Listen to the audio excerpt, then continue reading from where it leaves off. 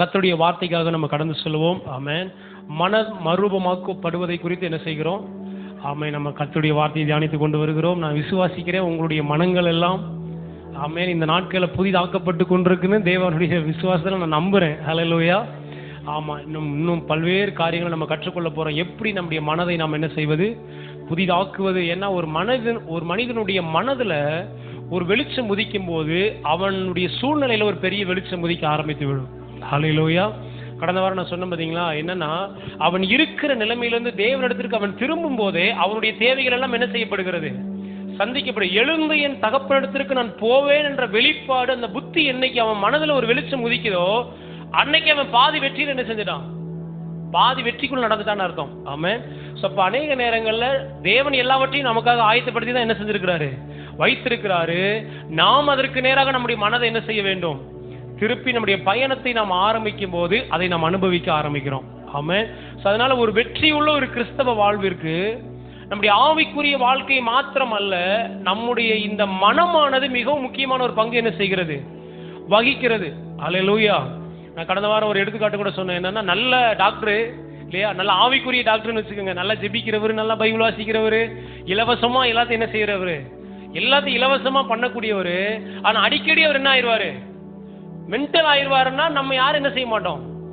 அப்போ ஒரு மனிதனுடைய முழு வெற்றிக்கும் அவனுடைய மனதும் முக்கியமான ஒரு பங்கு என்ன செய்கிறது, வகிக்கிறது. நிறைய கிறிஸ்தவங்க எப்படி இருப்பாங்க, நான் நல்லா ஜெபம் பண்றேன் பாஸ்டர், நல்ல வேதத்தை வாசிக்கிறேன், நல்ல கடந்து என்ன செய்யறேன், உபவாசம் பண்றேன், கண்ணீரா என்ன செய்யறேன், நான் பாருங்க எவ்வளவு பிடிச்சி வச்சிருக்கேன், என் கண்ணீர்லாம் ஆண்டவர் பரலோகத்தில் அப்படியே டேம் கணக்கில் என்ன செய்யுது இருக்கு பாஸ்டர் அப்படின்னு சொல்லுவாங்க. ஆனா மனதளவில் அவங்க எப்படிப்பட்டவங்களா இருப்பாங்க, ஒரு தெளிவு இல்லாதவங்களா, பாதிக்கப்பட்டவங்களா இருப்பாங்க. நல்ல ஜெபிக்கக்கூடியவங்களா இருப்பாங்க, ஆனா சிந்தனையில ஒரு தெளிவு என்ன செய்யாது அவங்களுக்கு இருக்காது. ஹல்லேலூயா. ஸோ கர்த்தர் நம்மளை எப்படி வடிவமைத்திருக்கிறார்னா, நம்முடைய வெற்றிக்கு நம்முடைய ஆவி, நம்முடைய ஆத்மா, நம்முடைய சரீரமும் ரொம்ப முக்கியமானதாக என்ன செய்கிறது, இருக்கிறது. ஹல்லேலூயா. ஹல்லேலூயா. ஸோ வசனத்தை கேட்கிற நேரத்தில் நீங்கள் ரொம்ப கவனமாக என்ன செய்யணும், வசனத்தை என்ன செய்யணும், அந்த நேரம் பணம் வரையுது, விளையாடுறது, உருட்டுறது, இதெல்லாம் என்ன செய்யக்கூடாது. தெளிவாக வசனத்தை என்ன செய்யுங்க, நீங்கள் கவனிங்க. ஏன்னா தேவன் உங்களுக்கான அற்புதத்தை கர்த்தர் எப்படி செய்கிறார்னா, நிறைய நேரங்களில் கிறிஸ்தவங்க நம்ம எப்படி பழகிட்டோம்னா, இப்போ ஒரு கர்த்தருடைய வல்லமை என் மேலே வந்து என்ன செய்யும், அப்படியே இப்போ இறங்கும், இப்போ எனக்கு ஒரு விடுதலை என்ன செஞ்சிடும். உண்மைதான், கர்த்தர் நிறைய நேரங்கள் என்ன செய்கிறாரு, நமக்கு விடுதலை என்ன செய்கிறாரு, கையை வைக்கும் போது அற்புதம் நடக்குது, ஊதும் போது அற்புதம் நடக்குது, கர்ச்சிப்படுத்தி வீசும் எல்லா அற்புதங்கள் என்ன செய்யுது, எல்லாம் நடக்குது. அற்புதங்கள் நடக்கலன்னு சொல்லல. ஏன்னா ஆண்டவருக்கு எச்ச துப்பி கூட அற்புதத்தை என்ன செஞ்சாரு. தேவன் எந்த வழி வேணாலும் அற்புதம் செய்வார். நம்ம தேவனுக்கு வந்து என்ன செய்ய முடியாது, ஒரு ரூட் என்ன செய்ய முடியாது. ஆண்டவரே எனக்கு சுகத்தை நீங்க தொட்டு தடவிதான் நீங்க கொடுக்கணும் அப்படின்னு நம்ம என்ன செய்ய முடியாது, எதிர்பார்க்க முடியாது. ஏன்னா தேவன் எப்படி வேண்டுமானால் நமக்கு அற்புதத்தை என்ன செய்யலாம். ஆனா அதுக்காக இதையே நம்ம பார்த்துட்டு என்ன செய்யக்கூடாது, எதை பார்த்துட்டு இருந்துடக்கூடாது. பாஸ்ட் இப்ப ஜெபம் பண்ணுவாங்க, எனக்கு விடுதலை என்ன செஞ்சிடும், நடந்துரும். பாஸ்ட் இப்ப என் மேல கை வைப்பாங்க, இப்ப எனக்கு ஒரு விடுதலை என்ன செஞ்சிடும். பாஸ்ட் எங்க வீட்டுல வந்து ஒரு காலடி எடுத்து வைப்பாங்க, அப்ப விடுதலை வந்துடும் அப்படின்ற மாத்திரம் நம்ம என்ன செஞ்சுட்டு இருக்க கூடாது. தேவன் எப்படி செயல்படுகிறார்ன்றதை நம்ம புரிந்து கொள்ள வேண்டும். ஹல்லேலூயா. நிறைய கிறிஸ்தவங்க, நிறைய தேவ ஜனங்கள் தேவன் எப்படி செயல்படுறாருன்றதை என்ன செய்யறது கிடையாது, புரிந்து கொள்வது கிடையாது. நீங்க ஒரு சுகத்துக்காக நீங்க ஜெபம் பண்றீங்கன்னா, தேவன் பரலோகத்திலிருந்து அப்படியே ஒரு மருந்து உங்க அப்படியே மேல ஊத்திர என்ன செய்ய மாட்டாரு. அப்படியே ஒரு கரம் வந்து உங்களை தொட்டு ஒரு சுகத்தை உங்களுக்கு என்ன செய்யாது, அப்படி கொடுப்பது இல்லை. ஹல்லேலூயா. ஆனா அப்படி நடக்கலன்னு சொல்லல, எப்பயோ ஒரு தடவை என்ன செய்யுது. ஆனா தேவன் எப்படி உங்களுக்கு சுகத்தை கொடுக்கிறாருன்னா, ஒரு வசனத்தை மட்டும் வாசிங்க, இது ஏவப்படுறதுனால சொல்லிட்டு நம்ம வார்த்தைக்கு நேரம் கடந்து சொல்லுவோம். சங்கீதம் 107 அதிகாரம் 19 வசனத்தை வாசிங்க. சங்கீதம் 107 அதனுடைய 19 வசனம், பக்கம் 739. தங்கள் ஆபத்திலே கர்த்தரை நோக்கி கூப்பிடுகிறார்கள், அவர்கள் இக்கட்டுகளுக்கு அவர்களை நீங்களாக்கி ரட்சிக்கிறார். ஆபத்துல யாரை நோக்கி கூப்பிடுறாங்க, கர்த்தாவே எனக்கு ஒரு விடுதலை என்ன செய்யுங்க, எனக்கு தாங்க, எனக்கு ஒரு அற்புதத்தை நீங்க என்ன செய்யுங்க. கர்த்தரை நோக்கி கூப்பிடும் போது கர்த்தர் என்ன செய்யறாரு, கர்த்தர் இடுக்கண்களுக்கு நீங்களாக்குறார். ஆனா எப்படி கர்த்தர் நீங்களாக்குறாரு, அவர் அப்படியே நேரடியாக இறங்கி வந்து, எப்பா சிக்கிட்டு இருக்க, நீ என்ன செய்யற, சிக்கி தவித்து கொண்டிருக்கிற அப்படின்னு அந்த சிக்கல்லாம் என்ன செஞ்சது கிடையாது, எடுத்து விட்டுறது கிடையாது. எந்த விதமான ஆபத்தா வேணாலும் இருக்கலாம். அது உங்களுடைய பலவீனமா இருக்கலாம், உங்களுடைய பொருளாதார நெருக்கடியா இருக்கலாம், இல்ல எப்படிப்பட்ட சமாதானம் இல்லாத பிரச்சனையா இருக்கலாம், குடும்பத்துல போராட்டமா இருக்கலாம், பிசாசனுடைய தந்திரங்களோ போராட்டங்களோ, எந்த பிரச்சனைக்குமே நீங்கள் தேவனை நோக்கி கூப்பிடும் போது தேவன் உங்களுக்கு எப்படி பதில் அளிக்கிறார் என்ன செய்யணும்? அடுத்த வசனத்தை வாசிங்க. அவர் தமது வசனத்தை அனுப்பி அவர்களை குணமாக்கி அவர்களை அழிவிக்க என்ன செய்யறாரு? இதை நம்மளால விட்டுருவாங்க. எப்படி? இப்ப பாருங்க ஆண்டவர், இப்ப பாருங்க அந்த எண்ணெய் என் தலையில அப்படியே ஊத்தி தொட்ட உடனே இப்ப பாருங்க சவுக்கியம் என்ன செய்யுது? நிச்சயமா சவுக்கியம் என்ன செய்யுது? எண்ணெய் தொட்டு பூசும்போது ஜெபம் பண்ணும்போது சவுக்கியம் வருது. ஆனா எப்பயுமே அப்படி வருதுன்னா எப்பயுமே வரதில்லை. ஆனா நிரந்தரமான ஒரு வழியை கர்த்தர் வைத்திருக்கிறாரு. நீங்க இப்ப இந்த சங்கீதக்காரன் எதுக்கு எந்த ஆபத்துன்னு சொல்றாருன்னா, அவன் சரீரத்துல ஒரு வியாதி என்ன செய்யுது? வியாதி இருக்குது. அந்த வியாதி ஆபத்தை அவனுக்கு என்ன செய்யுது? இருக்கு. அப்படிப்பட்ட வியாதி என்னும் ஆபத்துல அவன் சிக்கி தவிக்கும் போது கர்த்தர் நோக்கி என்ன செய்யறான்? பலவீனத்துல வியாதியில ஆண்டவர் நோக்கி கூப்பிடுறான்னு வைங்களேன், கர்த்தர் உடனடியே என்ன செய்யறாரு? எப்படி அவனுக்கு பதில் கொடுக்கிறாரு? எல்லாம் சத்தமா சொல்லுங்க. அவர் தமது வசனத்தை அனுப்பி, he sent his word. அப்படின்னா அவருடைய வார்த்தையை தான் கர்த்தர் என்ன செய்யறாரு? வசனத்தை அனுப்புகிறாரு. எப்படி அனுப்புறாரு? இந்த இருக்கு பாத்தீங்களா அந்த வார்த்தைய, இந்த வார்த்தை மூலமா தான் உங்களுக்கு சுகத்தை கொண்டு வராரு. ஹல்லேலூயா. அதனாலதான் பிரசங்கிக்கப்படும் போது இங்கிருந்து புறப்படுகிற அந்த வார்த்தையில சுகம் என்ன செய்யுது? அப்படியே சுகம் வருது. உங்களுக்கு தேவையான சுகம் வருது. நீங்க ஒரு பொருளாதார நெருக்கடியில் இருக்கிறீங்கன்னா, ஒரு பண தேவையில இருக்கிறீங்கன்னா, உங்களுக்கு தேவையான வார்த்தையை இந்த உங்களுக்கு தேவையான அந்த அற்புதத்தை, அந்த பொருளாதார தேவைய இந்த வசனம் சுமந்து கொண்டு வருது. எது சுமந்து வருது? உங்களுடைய தேவைய வசனம் சுமந்து கொண்டு வருது. அந்த நேரம் நீங்க கவனிக்காம விட்டுட்டு முடிச்சதுக்கு அப்புறம் நம்ம ஒரு ஒரு வார்த்தை என்ன செஞ்சிருவோம்? ரொம்ப அற்புதம் நடக்குது. நிறைய நேரங்களில் ஊழியக்காரர்கள் மூலம் எப்படி அற்புதம் நடக்குதுன்னா, ஊழியக்காரங்க வசனத்தை பேசுகிறாங்க. ஆண்டவரே இயேசுவின் நாமத்தினால, நசரேயனாகிய இயேசுவின் நாமத்தில் இவர்களுக்கு சுகம் உண்டாகட்டும் போது ஒரு பவர் இறங்கி சுகமாக்குறது இல்ல, அவர்களுடைய வாயிலிருந்து புறப்படக்கூடிய கர்த்தருடைய வார்த்தை சுகத்தை சுமந்து கொண்டு வருது. அல்லேலூயா. எத்தனையோ ஊழியக்காரங்க எங்கெங்க இருந்தாலும் ஜெபம் பண்றாங்க. நாங்க டிவியில பாக்குறோம் இல்லையா? டிவியில பாக்குறோம், நியூஸ்ல பாக்குறோம், அங்கங்க பாக்குறோம், இல்ல யூடியூப்ல பாக்குறீங்க. எத்தனையோ வருஷத்துக்கு முன்பாக அவங்க ஜெபம் பண்ண ஜெபம் இன்னைக்கு நீங்க அதை எடுத்து பார்க்கும்போது உங்களுக்கு இன்னைக்கு ஒரு சுகத்தை கொடுக்குதுன்னா, அப்ப இந்த செல்போன் வழியா ஏதோ ஒரு வல்லமை வருதா? என்ன வருது? டிவியில இருந்து அப்படியே ஒரு கரம் அப்படியே நீட்டப்பட்டு ஒரு கை அப்படியே வெளியில அப்படியே உங்க வயிற்றுல இருக்கிற பிரச்சனைகள்லாம் தூக்கி எறிஞ்சு உங்க தலையில இருக்கிற பிரச்சனைலாம் தூக்கி எறிதா? கிடையாது.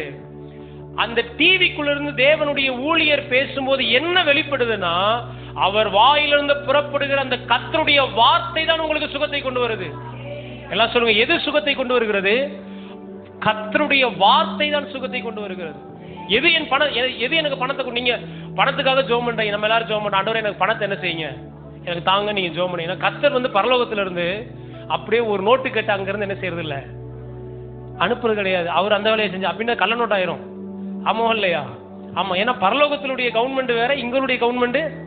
ஆனா கர்த்தர் உங்க பண தேவை எப்படி சந்திக்கிறார்னா, அதற்கேற்ற ஒரு வார்த்தையை கர்த்தர் உங்களுக்கு கொடுப்பாரு. என் தேவன் என் குறைவுகளை எல்லாம் நிறைவாக்குவார்ன்ற வார்த்தையை அனுப்புவாரு. நீங்க அந்த வார்த்தையை எடுத்து என்ன செய்யணும்? நீங்க இந்த வசனத்தை எடுத்து நீங்க பேசும்போது என்ன நடக்கும்னா, உங்களுக்கு வர வேண்டிய பணம் இந்த வார்த்தை போய் என்ன செய்யும்? இந்த பணத்தை கொண்டு வரும். இந்த வார்த்தை போய் உங்களுக்கு சுகத்தை கொண்டு வரும். நீங்க ஜனங்களை கேட்கறீங்க, ஆண்டவரே எனக்கு கீழே வேலை செய்ய ஆட்கள் வேணும், எது கொண்டு வரும்? ஆண்டவர் பரலோகத்திலிருந்து டக்குன்னு அப்படி ஆளை இறக்கிற மாட்டாரு. எப்படி இறக்குறாரு? வசனத்தை அனுப்புகிறாரு. நீங்க இந்த வசனத்தை எடுத்து அறிக்கை செய்யும் போது உங்க வாயிலிருந்து புறப்பட்ட அந்த தேவனுடைய வார்த்தை உங்களுக்கான ஜனங்களை கொண்டு வருகிறது. தேவன் இப்படிதான் வேலை செய்யறாரு. அதை நம்ம நல்லா என்ன செஞ்சுக்கணும்? நல்லா புரிந்து கொண்டோம்னா நம்முடைய வாழ்க்கை வெற்றிக்கு நேரா லகுவா கடந்து செல்லும். ஹல்லேலூயா. உங்களுக்கான தேவை சந்திக்கப்பட, உங்களுக்கான உதவிகள் வருவதற்கு நீங்கள் ஒரு ஆளை சார்ந்திருக்க வேண்டிய அவசியமே கிடையாது. ஆமென் சொல்லுங்க. யார கர்த்தர் எதை கொடுத்திருக்கிறாரு உங்களுக்கு? ஆமா பாருங்க, எத்தனை பக்கம் நிறைஞ்ச வார்த்தைகள் என்ன செஞ்சிருக்கிறாரு? கொடுத்திருக்கிறாரு. வசனத்தை எடுத்து நீங்க பேச ஆரம்பிங்க. ஹல்லேலூயா. அதனாலதான் நிறைய நேரங்கள்ல அற்புதங்கள் சுகங்கள் நடந்தா கூட ரொம்ப நாளைக்கு அது ஏன் நீடிக்க மாட்டேன்னதுன்னா, ஏன் நீடிப்பது இல்லை? அற்புதம் நடந்துருச்சு, அந்த அற்புதத்தை எது தக்க வைக்கணும்? வசனம் தக்க வைக்கணும். ஆண்டவரே, நீர் எனக்கு தந்த சுகத்திற்காக நன்றி ஆண்டவரே, நான் இன்னும் சுகத்துல வாழ்வேன் ஆண்டவரே, இன்னும் நான் ஆரோக்கியமா இருப்பேன். என்ன செய்யணும்? வசனத்தை எடுத்து. தேவ ஜனங்கள் பைபிளை என்ன செய்யறது கிடையாது, வசனத்தையும் திறக்கிறது கிடையாது, நல்ல கர்த்தருடைய வார்த்தை என்ன செய்யறது கிடையாது, கேட்பது கிடையாது. நம்ம எல்லாம் என்ன எதிர்பார்க்கிறோம்னா, நமக்கு என்ன நடந்துடணும்? ஒரு மேஜிக் நடந்துடணும். எப்படி? அப்படியே நல்லா கவனிங்க. ஒரு மாம்பழம் வேணும்னா நீங்க என்ன செய்யலாம்? நீங்க ஒரு பழத்தை வாங்கி என்ன செய்யலாம்? நீ சாப்பிடலாம். ஆனா தேவன் ஒரு பிள்ளைக்கு எப்படி கர்த்தர் அற்புதம் செய்யறாருன்னா, இப்ப எனக்கு ஒரு மாம்பழம் சாப்பிடணும்னு ஆசையா இருக்குன்னா, ஆண்டவர் என்ன பண்றாருன்னா, எனக்கு ஒரு விதை என்ன செய்யறாரு? என்ன விதையை கொடுக்குறாரு? மாம்பழம் விதையை கொடுக்குறாரு. நான் எத்தனை சாப்பிடணும்னு ஆசைப்படுறேன்? ஒண்ணுதான் சாப்பிடணும்னு ஆசைப்படுறேன். ஆனா தேவன் எனக்கு என்ன பண்றாரு? ஒரு விதையை கொடுக்குறாரு. இந்த விதையில என்ன இருக்கு? ஒரு மாம்பழமா இருக்கு. தேவன் எப்பயுமே எப்படி கொடுக்குறாருன்னா, எனக்கு வசனமாகிய விதை வடிவில் தான் எனக்கு எல்லாத்தையும் தர்றாரு. அல்லேலூயா. நான் 1000 ரூபாய்க்காக ஆண்டவர்கிட்ட கத்தி கதறிக்கிட்டு இருக்கேன். ஆண்டவர் என்ன பண்றாரு? வார்த்தையை கொடுக்குறாரு. இந்த வார்த்தையில 1000 கிடையாது, பல கோடிகள் அடங்கி இருக்கிறது. அல்லேலூயா. தேவன் எப்பொழுதுமே இப்படிதான் வேலை செய்கிறார். அல்லேலூயா. அதனால வார்த்தைக்கு, வசனத்துக்கு நம்ம என்ன செய்யணும்? முக்கியத்துவம் கொடுக்கணும். வசனம் வாசிக்க தெரியலன்னு சொல்லிடக்கூடாது. போட்டு என்ன செய்யணும்? நம்ம ஆடியோ பைபிளை போட்டு நம்ம கேட்கணும். வசனத்தில் என்ன சொல்லப்பட்டிருக்கு, வார்த்தையில் என்ன சொல்லப்பட்டிருக்கு, நம்ம அதை உன்னிப்பா என்ன செய்ய ஆரம்பிக்கணும்? நம்ம அதுக்கு செவி கொடுக்கணும். வேதம் சொல்லுது பாருங்க, அவர் தமது வசனத்துக்கு பயந்தவனே என்ன செய்யறாரு? நோக்கி பார்க்கிறார். அப்படின்னா என்ன அர்த்தம்னா, ஆண்டவரே அத பயந்த அப்படின்னா அந்த வார்த்தைக்கு மரியாதை கொடுக்கிறவன். வார்த்தைக்கு சிலர் 1000 வாக்குத்தத்தம் வீட்டுல மாட்டிருந்தாலும் ஒண்ணு கூட என்ன செய்யாது, ஒண்ணு கூட இருதயத்துல என்ன செய்யாது, இருக்காது. ஆனா ஆண்டவர் என்ன எதிர்பார்க்கிறாருன்னா, வார்த்தை எடுத்து நம்ம என்ன செய்ய ஆரம்பிக்கணும்? ஆமென். பேச ஆரம்பிக்கணும். அப்படின்னா வார்த்தையை நம்ம அனுப்புறோம். இந்த காத்துல என்ன செய்யறேன்? நான் வார்த்தையை, இந்த நான் பேசுற இந்த வார்த்தை எது உங்க காதுகளை கொண்டு வருது? இந்த காற்று என்ன செய்யுது? இங்க இருக்கிற இந்த காற்று என்ன பண்ணுதுன்னா, என்னுடைய வார்த்தையை உங்க காதுக்குள்ள என்ன செய்யுது? காது என்ன பண்ணுது? அந்த வார்த்தையை கேட்டு இருதயத்துல கொண்டு போய் வைக்குது. ஹல்லேலூயா. அப்ப வார்த்தைக்கு நம்ம அதிக முக்கியத்துவம் என்ன செய்யணும்? தம்பிகால் 6:7 சொல்லும்போது சொன்னாங்க, எபிரேயர் 4வது அதிகாரம் 12வது வசனம், கர்த்தருடைய வார்த்தை ஜீவனும் வல்லமையும் உள்ளது. கர்த்தருடைய வார்த்தைக்கு ஒரு பவர் என்ன செய்யுது? சும்மா ஏதோ இது வெள்ளை பேப்பர்ல எழுதின கருப்பு எழுத்துக்கள் கிடையாது. ஆமென். இந்த வார்த்தை ஒவ்வொன்றுக்கும் ஜீவன் உண்டு. எல்லாம் சொல்லுங்க, இந்த வார்த்தை ஒவ்வொன்றுக்கும் ஜீவன், உயிர் இருக்கு. இந்த வார்த்தை எல்லாம் சொல்லுங்க, உயிருள்ள வார்த்தை. அல்லேலூயா. ஒவ்வொரு வார்த்தைக்கும் என்ன இருக்கு? ஜீவனும் வல்லமையும் உள்ளது. அப்ப வார்த்தைக்கு ஒரு வல்லமை என்ன செய்யுது? வல்லமைனா சக்தி இருக்கு. என்ன சக்தி இருக்கு? என்ன பண்ணுது? கர்த்தருடைய வார்த்தை ஜீவனும் வல்லமை உள்ளதாயும், அடுத்து இருவரும் கருக்குள்ள எந்த பட்டயத்திலும் கூர்மையானதாயும். வார்த்தை எப்படிப்பட்ட வல்லமை உள்ளது? இருபுறமும் கருக்குள்ள எந்த பட்டயத்திலும். அப்படின்னா இந்த உலகத்தில் இருக்கிற எல்லா கத்தியை விட ரொம்ப ஷார்ப்பான கத்தி எது அப்படின்னா வசனம் தான். ஹல்லேலூயா. டாக்டர்ஸோட நைஃப் எல்லாம் நீங்க பாத்திருக்கீங்கன்னா, டாக்டர்ஸ் வச்சிருக்கிற கத்தியை பாத்திருக்கீங்களா? என்கிட்ட 2, 3 இருக்கு. என்னன்னா, லேசா தட்டிட்டீங்க வச்சுக்கோங்க, என்ன ஆயிரும்? பிளேடு பார்த்து, பிளேடு எப்படி இருக்கு? லேசா கழிச்சா என்ன ஆயிரும்? அப்படியே கிழிஞ்சிட்டு வந்துடும். ஆமாவா இல்லையா? ஆனா இதை காட்டிலும் கர்த்தருடைய வார்த்தைக்கு வல்லமை என்ன செய்யுது? நீங்க வார்த்தையோட எந்திரிச்சு உட்கார்ந்து நீங்க பேசும்போது, வார்த்தையை நீங்க தியானிக்கும் போது, உங்க வாழ்க்கையில் இருக்கிற எல்லா அசுத்தங்களையும், தேவையற்றவையும் அதை அப்படியே என்ன செய்யும்? அப்படியே ஷார்ப்பா வெட்டி எடுக்கும். ஹல்லேலூயா. வார்த்தைக்கு என்ன பவர் இருக்கு? ஷார்ப்பா, அதாவது 1 இன்ச்சு கூட என்ன செய்யாது, அங்கிட்டு இங்கிட்டு மாறாது, ஷார்ப்பா வெட்டக்கூடியது. ஹல்லேலூயா. அப்ப இந்த வார்த்தை என்ன செய்யுது? எதை பிரிக்குதுன்னு சொல்றாரு? ஆத்துமாவையும் ஆவையும் ஆத்மாவை என்ன செய்யுது? பிரிக்குது. கணுக்களையும் ஊனையும் பிரிக்குது. கணுக்கள்னா என்னது? கணுக்கள்னா புரியுமா? ஊன்னா என்னது? எலும்பு. எலும்புக்குள்ள என்ன இருக்கு? ஒரு ரெட் கலர்ல ஒண்ணு இருக்கும், பாத்திருக்கீங்களா? கோழி எல்லாம், மட்டன், சிக்கன் எல்லாம் சாப்பிடும் போது உள்ள என்ன இருக்கும்? எலும்புக்குள்ள. இந்த கத்தி எப்படிப்பட்டதுன்னா, அந்த எலும்புக்குள்ள இருக்கிற அதை கூட வெட்டி என்ன செய்யக்கூடியது? எடுக்கக்கூடியது. அப்ப வார்த்தை நீங்க சும்மா வாசிக்க கூடாது. ஆண்டவரே, இந்த ஜீவனுள்ள வார்த்தை எனக்குள்ள ஒரு ஜீவன் என்ன செய்யட்டும். இன்னொன்னு சொல்றேன் பாருங்க, ஜீவன் உள்ளதுன்னா, நீங்க இந்த வார்த்தை எடுத்து பேசும்போது உங்க சூழ்நிலையில மரித்து கிடக்கிற எல்லாவற்றையும் அது உயிர்ப்பிக்கும். ஹல்லேலூயா. மரித்து போனவங்க பொருளாதார வாழ்க்கை அது உயிர்ப்பிக்கும். சொத்து போனவங்க சரீர வாழ்க்கை அது உயிர்ப்பிக்கும். ஜீவனை கொடுக்கக்கூடிய வல்லமை கர்த்தருடைய வார்த்தைக்கு உண்டு. வார்த்தை எடுத்து நீங்க என்ன செய்ய ஆரம்பிக்கணும்? நீங்க பேச ஆரம்பிக்கணும். வார்த்தையை விசுவாசிக்க ஆரம்பிக்கணும். வார்த்தைக்கு முக்கியத்துவம் கொடுக்கணும். எல்லாம் சொல்லுங்க, கர்த்தருடைய வார்த்தைக்கு முக்கியத்துவம் கொடுங்க. ஹல்லேலூயா. ஏன்னா எந்த நிலைமையிலும் எந்த சூழ்நிலையிலும் எது உங்களோடு இல்லாவிட்டாலும் வார்த்தை உங்களோடு கூட இருக்கும். ஏன்னா அவர் தமது வசனத்தை அனுப்பி அவர்களை குணமாக்குறார். எல்லாம் சொல்லுங்க, அவர் வசனத்தை அனுப்பி. யாருடைய வசனத்தை அனுப்புறாரு? அவருடைய வசனத்தை அனுப்புறாரு. அப்ப சுகம் எங்க இருக்கு?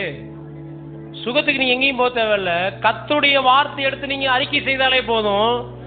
ஆமே, நீங்க அறிக்கை செய்கிற வார்த்தை உங்களுக்கு நிரந்தரமான சுகத்தை கொடுக்கும்.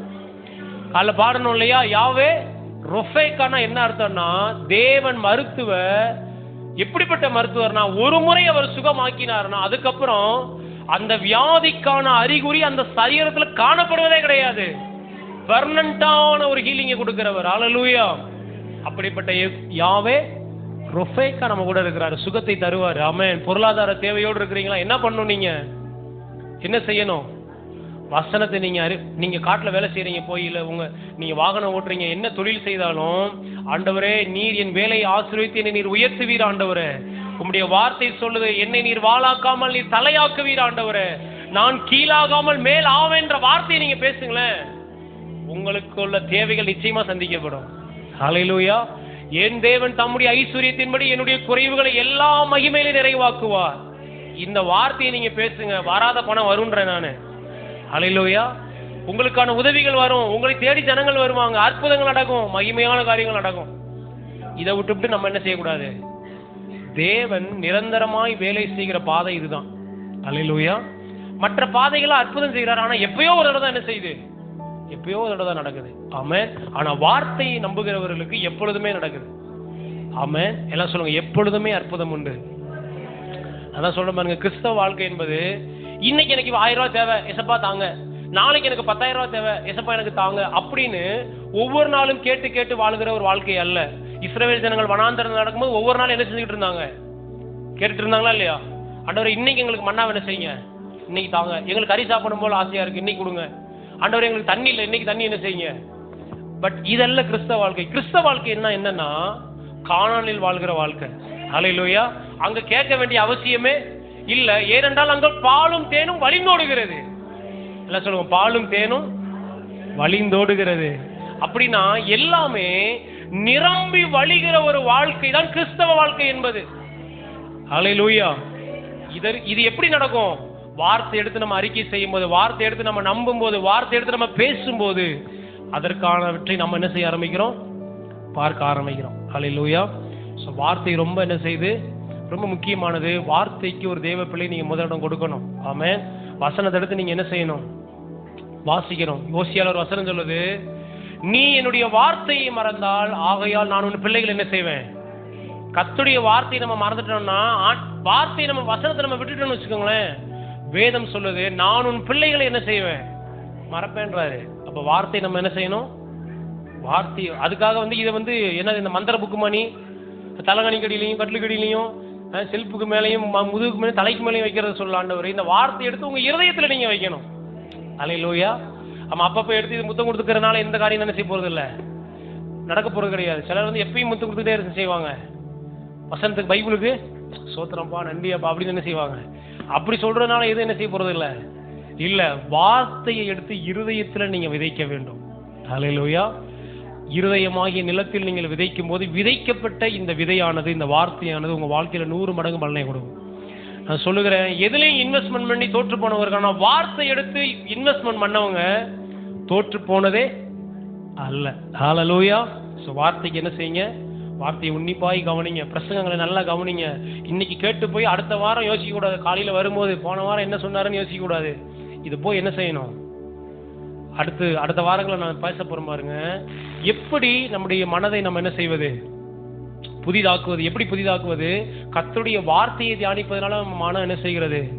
தியானம்னா என்னன்றதெல்லாம் குறித்து நம்ம அடுத்து என்ன செய்வோம் பார்ப்போம். ஓகே, இன்னைக்கு ஒரு முக்கியமான காரியத்தை கூட நம்ம பேச வேண்டும் என்று பரிசுத்த ஆவியானவர் என் உள்ளத்தில் ஏவினதுனால ஆமென் அந்த காரியத்தை பேச விரும்புகிறேன். கடந்த வாரம் சொன்ன என்னன்னா, மனம் புதிதாக்கப்படுவதற்கு நாம் இருக்கிற நிலைமையிலிருந்து தேவனிடத்திற்கு நாம் என்ன செய்ய வேண்டும்? திரும்ப வேண்டும். மனம் திரும்ப வேண்டும். தேவன் மன்னித்து என்ன செய்கிறாரு? ஏற்றுக்கொள்ளக்கூடியவரா இருக்கிறார். ஆமென். அவர் யாரையும் புறம்பே என்ன செய்வதில்லை, தம்மிடத்தில் வருகிற யாரையும் அவர் என்ன செய்வதில்லை, சீ நீ எல்லாம் என்கிட்ட வராது அப்படின்னு என்ன செய்யறதில்லை, தம்மிடத்தில் வருகிற எல்லோரையும் அவர் ஏற்றுக்கொள்ளுகிறார். ஹல்லேலூயா. சோ அப்ப நிறைய காரியங்களை பார்த்தோம். நாம் தேவனிடத்திற்கு என்ன செய்ய வேண்டும், மனம் திரும்ப வேண்டும். எல்லாம் சொல்லுங்க, மனம் வருந்துவதல்ல, மனம். தேவன் எதை விரும்புகிறாரு, மனம் திரும்புவதைத்தான் விரும்புகிறார். ஹல்லேலூயா. ஆமா, ரிப்பெண்டன்ஸ் சொல்றாங்க இல்லையா, அப்படின்னா என்ன அர்த்தம், பெண்டு என்னன்னா போய்கிட்டே இருக்கிறாங்க, ஒரு யூ டர்ன் பண்ணி என்ன செய்யறது, திரும்புவது. அதுதான் மனம் திரும்புதலை குறித்து என்ன செய்கிறது. இயேசு கிறிஸ்துவின் அதிகமான பிரசங்கங்கள் எல்லாமே மனம் திரும்புதலை குறித்து தான் என்ன செய்தாரு. மனம் திரும்புங்கள், பரலோக ராஜ்யம் சமீபமா இருக்கிறது, மனம் திரும்புங்கள், மனம் திரும்புங்கள், மனம் திரும்புங்கள் என்ன செஞ்சாரு. அப்ப நாம் இருக்கிற இடத்துல இருந்து என்ன செய்யணும், தேவனிடத்திற்கு திரும்ப வேண்டும். இளையகுமாரன் என்ன செய்தான், தான் இருந்த இடத்திலிருந்து தகப்பனிடத்திற்கு திரும்பினான். அல்லேலூயா. சோ நம்ம பாவ வாழ்க்கையிலிருந்து நம்ம என்ன செய்ய வேண்டும், திரும்ப வேண்டும். தேவனுக்கு பிரியமில்லாத காரியங்கள் என்ன செய்ய வேண்டும். தேவன் ஏற்கனவே நிறைய பல எடுத்துக்காட்டுகளை சொன்ன, தேவன் ஏற்கனவே நிறைய நன்மைகளை எனக்காக என்ன செஞ்சிருக்கிறாரு. வச்சிருந்தாரா இல்லையா, வீட்டுல என்னென்ன வச்சிருந்தாரு, மோதிரம் வச்சிருந்தாரு, புது வஸ்திரம் வச்சிருந்தாரு, உயர்ந்த வஸ்திரம் வச்சிருந்தாரு, செருப்பு வச்சிருந்தாரு. அப்ப ஆர்டர் கொடுத்தாரு அமேசான்ல, டக்குன்னு இப்போ ஒரு ஆர்டரை போடுப்பா அப்படின்னு ஹோம் டெலிவரி பண்ணாரா, இல்ல என்ன பண்ணாரு, ஏற்கனவே எல்லாம் ஆயத்தமா இருந்தது. ஒரே ஒரு வேலை, நான் அவரிடத்திற்கு போக வேண்டியது. ஹல்லேலூயா.